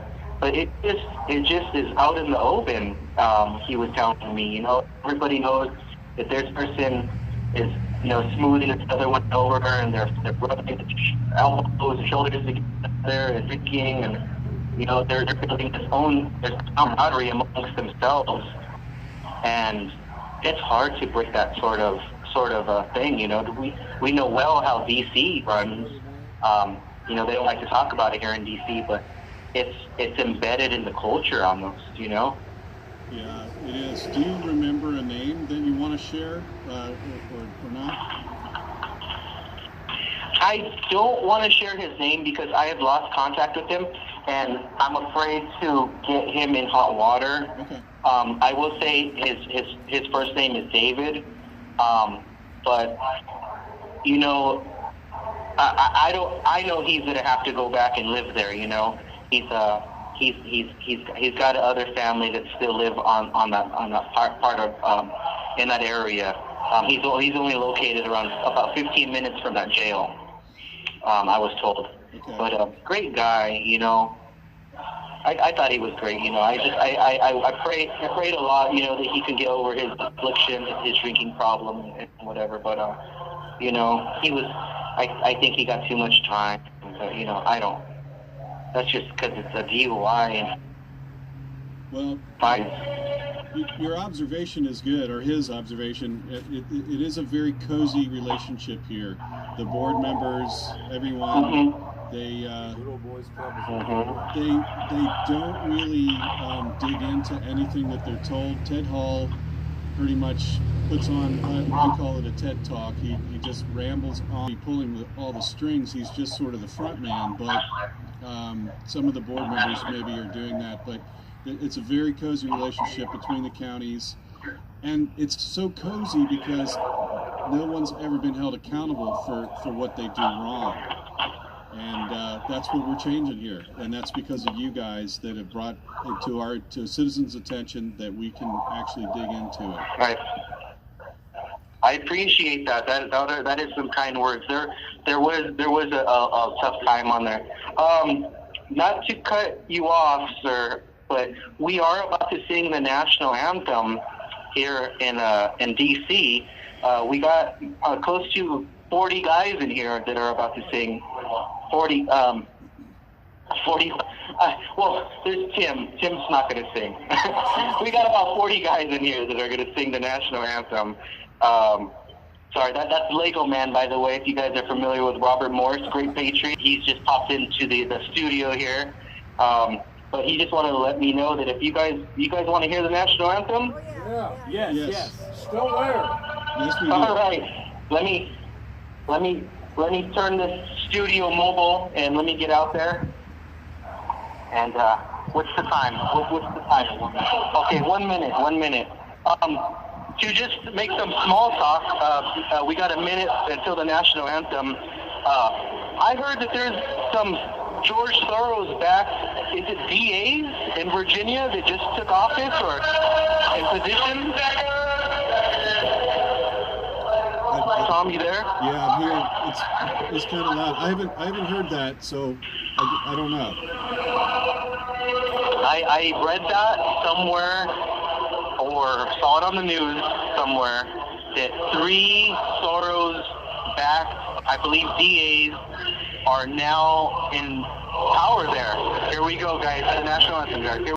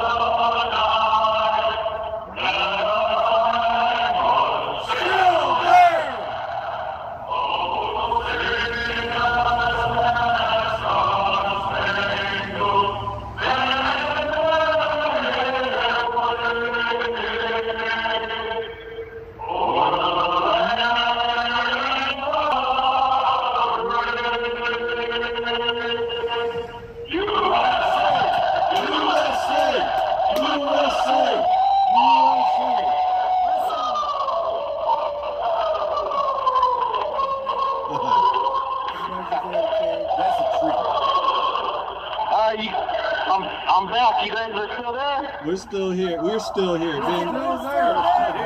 You're still there. All right, you're still there. Like the flag. It was All right. awesome. Thank you. That's the first time we got to do that before, to join with you guys. Okay. So tell everybody thank you so much for allowing us to do that. That was a real treat. Yeah, I'm not sure if they knew who I was on the phone with, but you guys ever have you ever talked about maybe doing a caravan out here to the DC jail and meeting up with these other patriots outside? I have done it. I was there on Memorial Day, and yes, I absolutely would like to get a caravan of people to come along and do that, because Mickey Whithoff made sure to bring me down towards the bottom end of the street where you could see the cells, and you could see the lights going on and off when you guys flick the lights when you're singing. Yeah, so we moved. They moved us to, instead of the second floor. I'm on an interview, sir. We moved, so you can't see us right now from the windows anymore. But they may move us back. We're not on the second floor. We're on the third floor, around the corner. And if you guys have ever been in D.C. and you know the cemetery, it's a congressional cemetery, where all the congressmen and women are buried. We're just around that corner. I don't know if you can get in at night and see us, but yeah, we'd be happy to flicker the lights for you guys but you have to get into the cemetery. So anyways, there was those Soros back, three of those DAs in Virginia, and those are the ones that are soft on crime, one to watch out for, guys.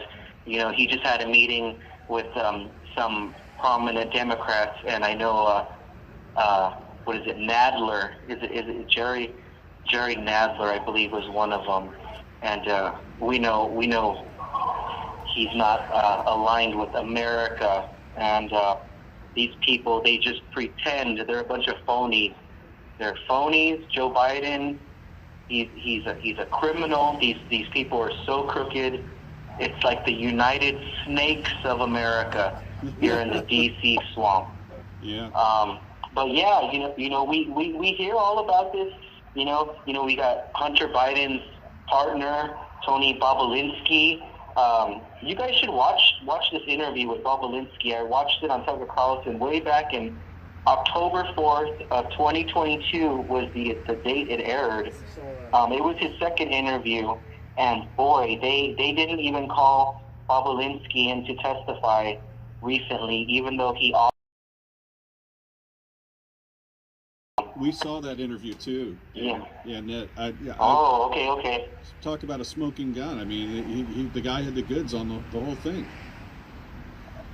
Yeah, and phony Joey the phony Biden, acts like he's not the big guy and he has nothing to do with this. And if you look into there's an FBI. Let me read it to you. It's 272 D as in dog dash B as in boy, A as in apple dash 3065729, and that's the Hunter Biden the FBI investigation. Interesting to tell you that the 272 I learned that it starts with is the FBI code for money laundering. So what is going on? There is all this fake media. This, what is it called? We call it the legacy media, the mainstream media, and everybody needs to get on board. These people can't pretend like they're not bought and paid for. They are against America and just as guilty, because they're not really covering the news. It's entertainment and it's propaganda, and they are destroying this nation. We are under attack. Everybody out there, You have 1 minute remaining. I'm not speaking to you out there, but I'm speaking to the listeners that we got to do more. We got to get involved. There has to be sacrifices made. You got to talk to people, your neighbors, your coworkers, family members. Don't be afraid. Talk to people in the line at the bank, at the bus stop, in the grocery store checkout line. Those are great places because they can't get away from you. They got to listen to you. So please, everybody, keep praying as well. We need your prayers for this nation, for those in authority, and even praying for our enemies. You know, if there was ever another revolution, I think the left would expect us to form a straight line, and it would head straight to the noose. So, you know, we got to do this, guys. It's up to us. Yeah, you're dead on with that for sure, Danny. Absolutely right. Yeah, it was great talking to you guys. It's good here in D.C., and just continue this fight, all right? Don't give up. All right. Thank you for using Global Tellink. I just got one question. Why is that guy in prison? I think You listen to him and you hear him talking. How does that happen? Daniel, I think, just got 12 and a half years. Yeah, he's the one that tased Franzoni in the neck, so he should get a Congressional Medal of Honor. He should. Yes. What's the name? Fanone? Michael Fanone. Yeah. Franzoni or Fanone. Well, that's what you. The one with the neck tattoo who just lies like a sick, unbelievable. Right. He's my next, second favorite after Dunn. For lying losers. You saw the picture I sent you of Dunn, Yeah. right? I sat next to Dunn in the hallway waiting for a sentencing trial. And I didn't even notice it. I noticed him some gigantic black man, so I probably should have noticed it. But So we got to hear the real J6ers do the national anthem. That's freaking awesome. That's just awesome. hey, while we have you geniuses here, do you think either one of you can figure out from my phone? From his phone. Yeah. He needs it to go to email. Well, he's gallery.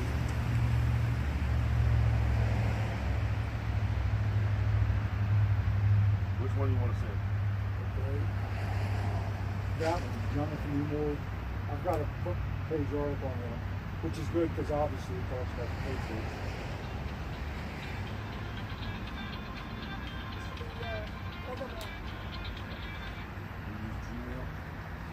Yeah. I think it's Outlook Express. Well, it's still Gmail. You want to send it? I think it's Outlook Express is at a Gmail. Refuse this call. I'm just brilliant. Hold on. This call is from a corrections facility and is subject to monitoring and recording. Thank you for using Global Tellink. Hello? Hello. This is Tom. Hey, Tom, this is Ethan Nordine. Hey, Ethan. How are you? It's all good. I'm doing good. Just hanging out with the boys. My second day here at the DC gulag, I guess you call it. Yeah. Well, we're all excited because we got to join you guys in singing the national anthem just live a minute ago. So that was cool. Oh yeah, it's super awesome. Are we live right now? Yep. Who am I talking to? Yeah, this is Tom Jeffries. Yep. Okay. You guys are representing the Northern Neck area, or? Yeah. So we're the Northern Neck Patriots. We've been out here since October. Ethan Nordine. Oh. Yeah. So. Okay. So I'm sitting here with a couple of folks, four of us here. So Maurice and Cheryl, who are also members of our Patriot group, have been steadfast supporters, been out here every Friday night for as long as I can remember. And John Haynes, of course, the editor of the Northern Neck Sentinel, is sitting here. And yeah, we were talking about the recent articles that were in the paper and about the ones that are coming up, but we're really turning up the heat. John is turning up the heat here on this jail. Yeah, just coming from me, I'll tell you guys, I appreciate that very much. I mean, I don't really know how to embody the description of what it was like in Northern Neck. I mean, the experience is really hard to describe, but horrible for the most part. We made do because we had some guys come through there, really solid guys that we linked up with, and we stuck together. We took care of each other, and then we had you guys support the whole time, and we're extremely thankful that you guys are working on getting J6ers out of there, and I don't think anybody's been there since everybody left. I hope not. Yeah, yeah. As far as we know, Jeffrey Brown was the last one in March to leave, and Yeah. we haven't had any more come in that we know of. Yeah, I think more people need to realize. I mean, aside from the crazy charges, aside from the crazy time we've been getting, it's these experiences that we've had. You know, the J6 community is people from all walks of life. You know, and it's just the experience that we've had in jail is so insane. You know, one day we're going to be able to really put it all out there and show people, but you know, really thanks to you guys, people are able to kind of see a little bit better picture as to the kind of people that are supposed to be taking care of us. You know, we'll see what happens there, but it's just been a journey. Yeah. Yes, indeed. I don't mean to interrupt you. When is your sentencing date? I get sentenced with Enrique August 30th. Yeah, I'm one of the leaders for the Proud Boys, so we got our whole thing going on at the end of August and coming into September. Okay, good. Yep. Yeah, so some of the things we're doing here, for instance, this month's issue of the Sentinel, John is publishing a front page article, and in that article he's going to list a lot of the people that have been either hired or fired or quit in the last year here, because as you know, anybody who has a conscience or is a decent person is not going to last very long in this kind of environment. So right. John's already working with whistleblowers that brought forth some really interesting information that goes back years on this place and how it's been run by the superintendent. And we think there's probably a lot more people out here in the community that have things to say about it too, and maybe are willing to step up and talk about it. Yeah, absolutely. I mean, I've heard just the most insane stories coming from that place, from guys who've been there for years in and out, you know, the locals. I mean, heard I don't really know how to explain it over the phone, you know, without getting too vulgar and graphic, but it was bad. And it's just not something, you know, you hear stories about jail and you hear stories about how you know, maybe inmates and the politics of inmates, and that's kind of something you just naturally deal with from jail to jail. But as far as facilities go, you kind of have this, some kind of expectation, even here in D.C., as bad as it's been for some of the guys, there is at least, you know, it was the jail environment, whereas Northern Neck just seemed like it was just kind of being run by its own rules. You never really know. It was a day-to-day thing. And so, I think that you guys are going to have a lot of people come forward with a lot of interesting details as far as that place goes. I hope so. Do you have any names that stick out to you that you want to mention? There's a few of the COs that keep coming up over and over again, and if you don't want to get into it, that's fine too. But I mean, you get sentencing coming up. But. Yeah, there. I don't know how I feel about naming people specifically, but there was definitely some COs in there that would proving it to us in front of our face, putting their hands on inmates, you know, as far as food goes, not bringing it at all. You know, they just tell you to pack your stuff up from an honor pod, which takes you months to get to, you on good behavior, and they'll send you to the hole for no reason. You'll lose all your property. You go there and they don't give you hardly anything at all. You know, you've got no underwear or socks or anything, and they put you in a jumpsuit with, you know, like maybe a bar of soap if you're lucky. And I mean, that's just a very, very, very tip of the iceberg. Well, we've heard that example where it's just sort of this random thing, made mostly just to mess with your minds, right? You know. Yeah. What it does. Yeah, it seems like there's also kind of a money game thing going there, because their contracts with the housing federal and state inmates together. There's supposed to be, from my understanding, some rules against that, just because there's a conflict of interest housing federal. You know, federal inmates are different from state inmates. It's just the way that they operate in different jails, from what I've experienced. But I'm on the West Coast, so you have that kind of West Coast inmate versus East Coast thing going on. But federal and state it's sometimes odd for them to be housed in the same place. Expect that they're doing a lot of things for money. Right. Right. So the superintendent is famous for extolling his financial prowess or success at every meeting when they talk about the situation here. But he claims that this jail is either the top jail or the top third jail in the Commonwealth in terms of financial performance, and that they have one of the lowest per diem rates in the Commonwealth. So if you think about that, how much does it cost to house an inmate, and how much do you charge? And they're trying to maximize the difference. So that's why tiny bits of soap or a toothbrush that lasts for 4 days, or all of that stuff. Yeah. I mean, I would really find it hard for anybody to be able to confidently get up in front of somebody and brag about anything as far as performance goes, and Northern Neck in the same conversation. He's going to do it. Those people are going to do what they're going to do and flaunt themselves. But at the end of the day, results are what we're going to see. And people are, the things that are being done to the field. I mean, the medical care. People would have heart attacks and lay there for half hour, and they'd just be stared at. There's just things that, as far as human rights go, brag all you want. As long as you take care of the necessities, at the end of the day, we are inmates.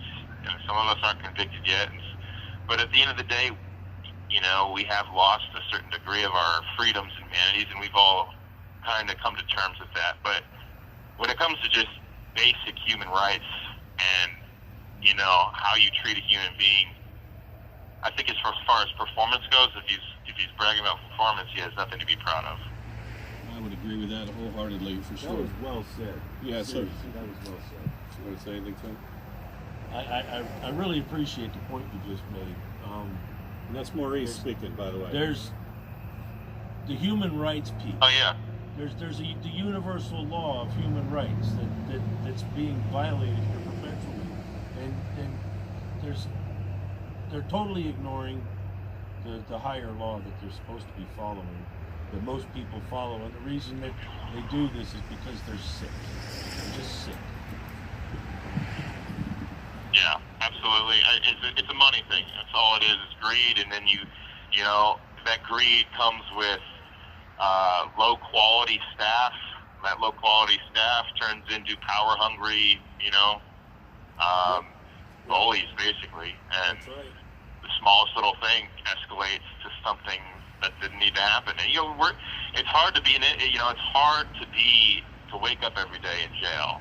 And especially when you don't, have extra clothes, you're hungry, you're eating bad food, maybe you're dealing with some drama from other inmates, and then here you go, you got the person who's supposed to be the leader, the CO that comes in, the leader of men, and he's the one instigating things and poking people who are already upset. It's a really bad combination. And it almost seems like the environment is created to incite chaos. It's deliberate. Yeah, here's a question from John Haynes, Ethan. Hey, Ethan, how are you? Hey, how's it going, man? Good. Haven't talked to you in a while.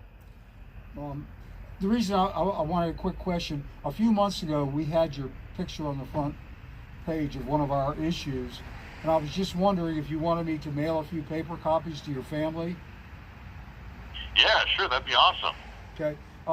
Could someone in your family just email me an address or whatever, and I'll send you some extra copies. There's also another one that Barry Ramey actually wrote, and you are mentioned in there prominently, so I can send some of those too. Yeah, that'd be awesome. I'll have somebody get in touch with you. Yeah. All right. Hang in there. Absolutely. Stay strong. All right, I appreciate that. Thank you. Yeah, we've got what? How long have we been covering this? How long have you been covering this, John? Since the first month they got me, yeah, December of 21. December 21 is when this first got into the local paper. So In fact, he's in the very first issue because he was one of the first ones here. You were one of the first ones here, weren't you?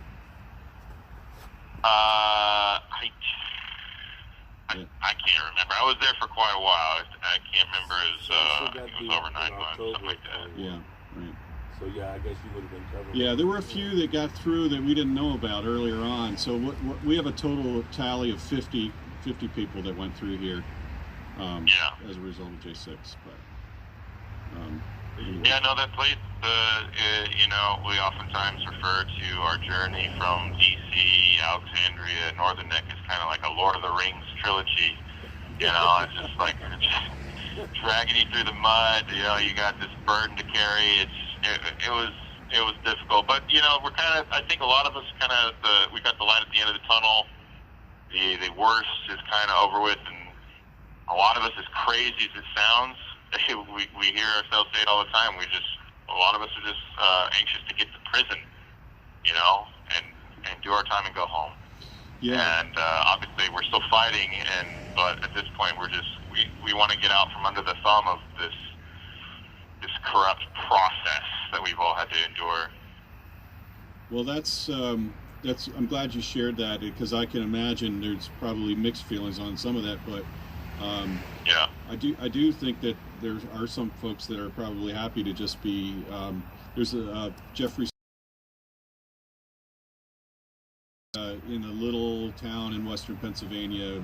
I can't remember the name of the prison that he's at up there, but he said it was a good place. It's got a library, it's got this, that, the other thing, and so you can just go and focus on his self-improvement and reading a lot of books and whatever. But I think I understand what you're saying. You just leave me alone and let me work on things. Right. Yeah. Work on my health. You have 1 minute remaining. Oh, there it is. Yeah. A lot of these places, the process of going through it is really bad and detrimental to our health. So Right. Just getting somewhere where we can eat good and exercise and be around good people, But anyway, other than that, I just want to thank you guys for continuing to support us. You guys have done a lot, and I know it doesn't seem like a lot happens, but it's the little things that matter. When evil triumphs when good men do nothing, and I live by that. So Yeah. just thank you guys, and continue to keep doing what you're doing. 10-4. Thanks a lot, Ethan. Good to talk to you, and God bless you. God bless America. God bless. Yep, you too. All right. Take care. Bye.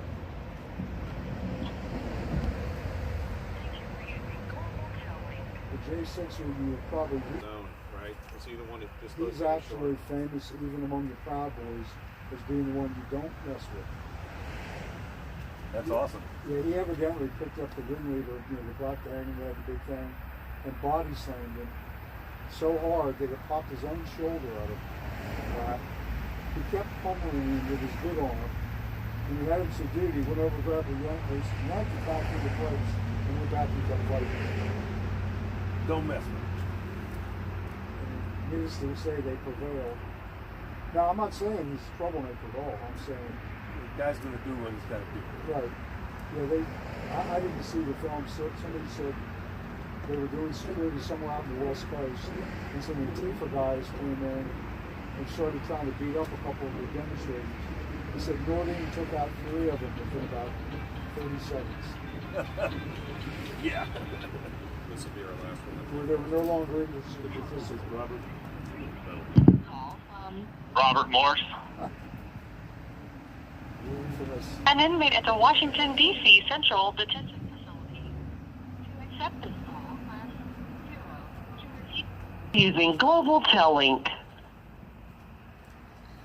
Hey, Robert. Hey, how's it going? It's your friendly neighborhood Lego man. Always so happy. Yeah, we always look forward to talking to you. Hey, can you get that changed on your overall account so that you just come up as Mr. Lego Man from now on? I wish. That would be a really good addition. But speaking of which, I actually had something pretty exciting to share with you guys tonight. I'm glad that you guys were able to hear the anthem for the first time. And I will talk about you guys for the rest of my life about how the Northern Neck Regional Patriots literally made the federal government, change its mind and had to bow down to your demands. So you guys have my eternal respect. But I wanted to share something relatively exciting that I think you guys will really enjoy, because you guys played a role in this developing story. So on July 14th, which is Bastille Day, anybody in the crowd know what Bastille Day? So the Bastille Day is the day in 1789, I believe, where the French decided, the people of France decided to storm a prison and liberate the political prisoners held captive. And to this day, it's celebrated in France as Bastille Day. And on that day, I am launching an official website called www.akathelego.man.com. Now, yes. Now, when you go and when you look this thing up, make sure there's 2 G's in there. Okay, so it's www.akathelego.man2gs.com. But it's going to be an incredible experience. I'm going to give you guys the elevator pitch real quick. But here's the deal. Using my Lego Man nickname and personal testimony as a friendly neighborhood introduction, this website establishes an easy-to-access informational tool allowing you to relate to an average, ordinary American like me. This website will be a one-stop shop using an educational approach to explain in layman's terms how January 6th was in fact a Fed insurrection, how the 2020 election was in fact stolen, and how our government has been tyrannical for decades. My story invites you to also dance with the truth, and upon visiting the website, you will be capable of articulating the facts from a single online resource in order to effectively keep this republic. So this website is for y'all. This website is for the people that are on the fence, and this website is for those that know the truth deep down inside but have had it hidden from them forever. So I want to make this resource for you guys. Northern X Sentinel is going to be referenced on there. My story is going to be on there. The recommended code of ethics and conduct is going to be on there. So you'll recognize some things that are on there, but then you're also going to have some tools to share with those of your friends and family that may not think like us yet because they have not been unplugged from the matrix. So I'm excited to launch this. July 14th, tell your friends, www.akathelego.man.com with 2 G's, and it's going to be an excellent website that tells our story, not just mine, but the story of our country. So I'm really excited, and I hope you guys enjoy it too. Wow, we're excited. A lot of smiles out here, and John Haynes is here. He wanted to say something to you. I think he said he's going to give you some room in the paper. Oh, excellent. Hi, this is your friendly neighborhood journalist. How you doing? Yes, the greatest journalist on American soil. What's up? Thank you. Your check's in the mail. Thank you kindly. Well, I will be honored to be the first one to publicize your new website because you got in 2 days before the deadline for July. So. Oh, no kidding. Yeah, I've already got 2 front page articles about you little rascals. The front page top center is the picture of all of you together. I believe it was taken by one of the other J6ers. And it's entitled, While Patriots Sit in Jail, Traitors Walk Free. Wow. And then the one below that is soliciting people to help us find the truth, who has been hired, fired, or resigned from the Northern Neck Regional Jail over the past year, encouraging them to contact us. And excellent. In that article, I will do a promo for your upcoming website.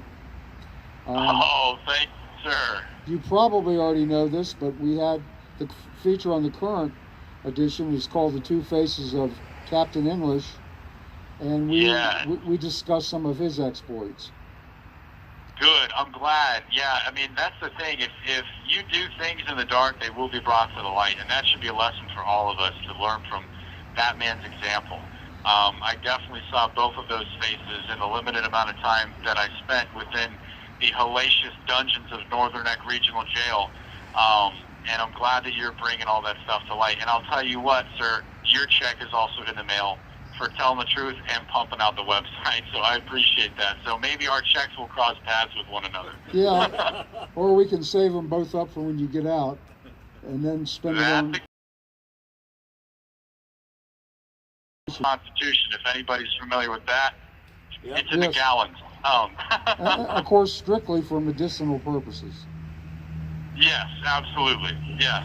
But But anyway, I got to tell you, I am so thankful for how you have implemented your resources, the time, your energy, and that entire room that's listening to my voice right now. You guys are our inspiration, and we love you. And I got to tell you, man, the world is not going to be the same after the Northern Neck Regional Patriots flex their muscle. well, we're just getting going, and there's a lot of help. A lot of the members have been active. And Tom, as you know, he just did a really great webcast with Justice in Jeopardy, Mel Hawley, and Okay. she's been harassing me, so I'm going to be doing one here soon. And Excellent. of course, we did one with Cowboy Logic, and Yes. and Mickey Whithoff and her co-conspirators just did a really great segment. So it's spreading like wildfire, Robert. I'll tell you, it's very, very encouraging. Oh, well, hey, this is a cause that's uniting people from sea to shining sea. And I think that, you know, what the enemy decided for or intended for evil, God is making for good. I mean, think about all the people that we're in contact with now, and now we can actually make a difference. We know who the enemy is. It's a tyrannical government. We're in a 250-year-old time loop. And then this website, I'm going to say it again, www.akathe-legoman.com with 2 G's is going to help you realize what's at stake and how far we've fallen, but hope is not lost. Oh, looks like we're getting locked in, so I actually have to go. I was hoping to talk to you guys a little bit later, but I love you guys so much. I'm grateful and thankful for all that you've done. You have my mad, enduring respect forever. I'm looking forward to talking to you guys, and I hope you had an excellent evening. This has been your friendly neighborhood Lego man, signing off. All right. Good night, God Robert. bless America. Good Good night, night, Robert. Good God night. bless. God bless you guys. Talk to you soon. Good night. I gotta meet All right. We gotta meet him. Global telling. God, I want to scratch my bedtime. Yeah, this was a long night here, but it was great. It was worth it. 9:34. Good thing I'm divorced, so I'd be in trouble. All right, thanks everybody. Signing off from Northern Neck Regional Jail. I need a beer and a hot dog. I hope Derek is still open. Beer and a hot dog. Or he's promised to make me That sounds like high blood pressure to me, man. All them nitrates in that hot dog, I'd eat it. promised they me an got a ice two- cream a sundae. two for $5.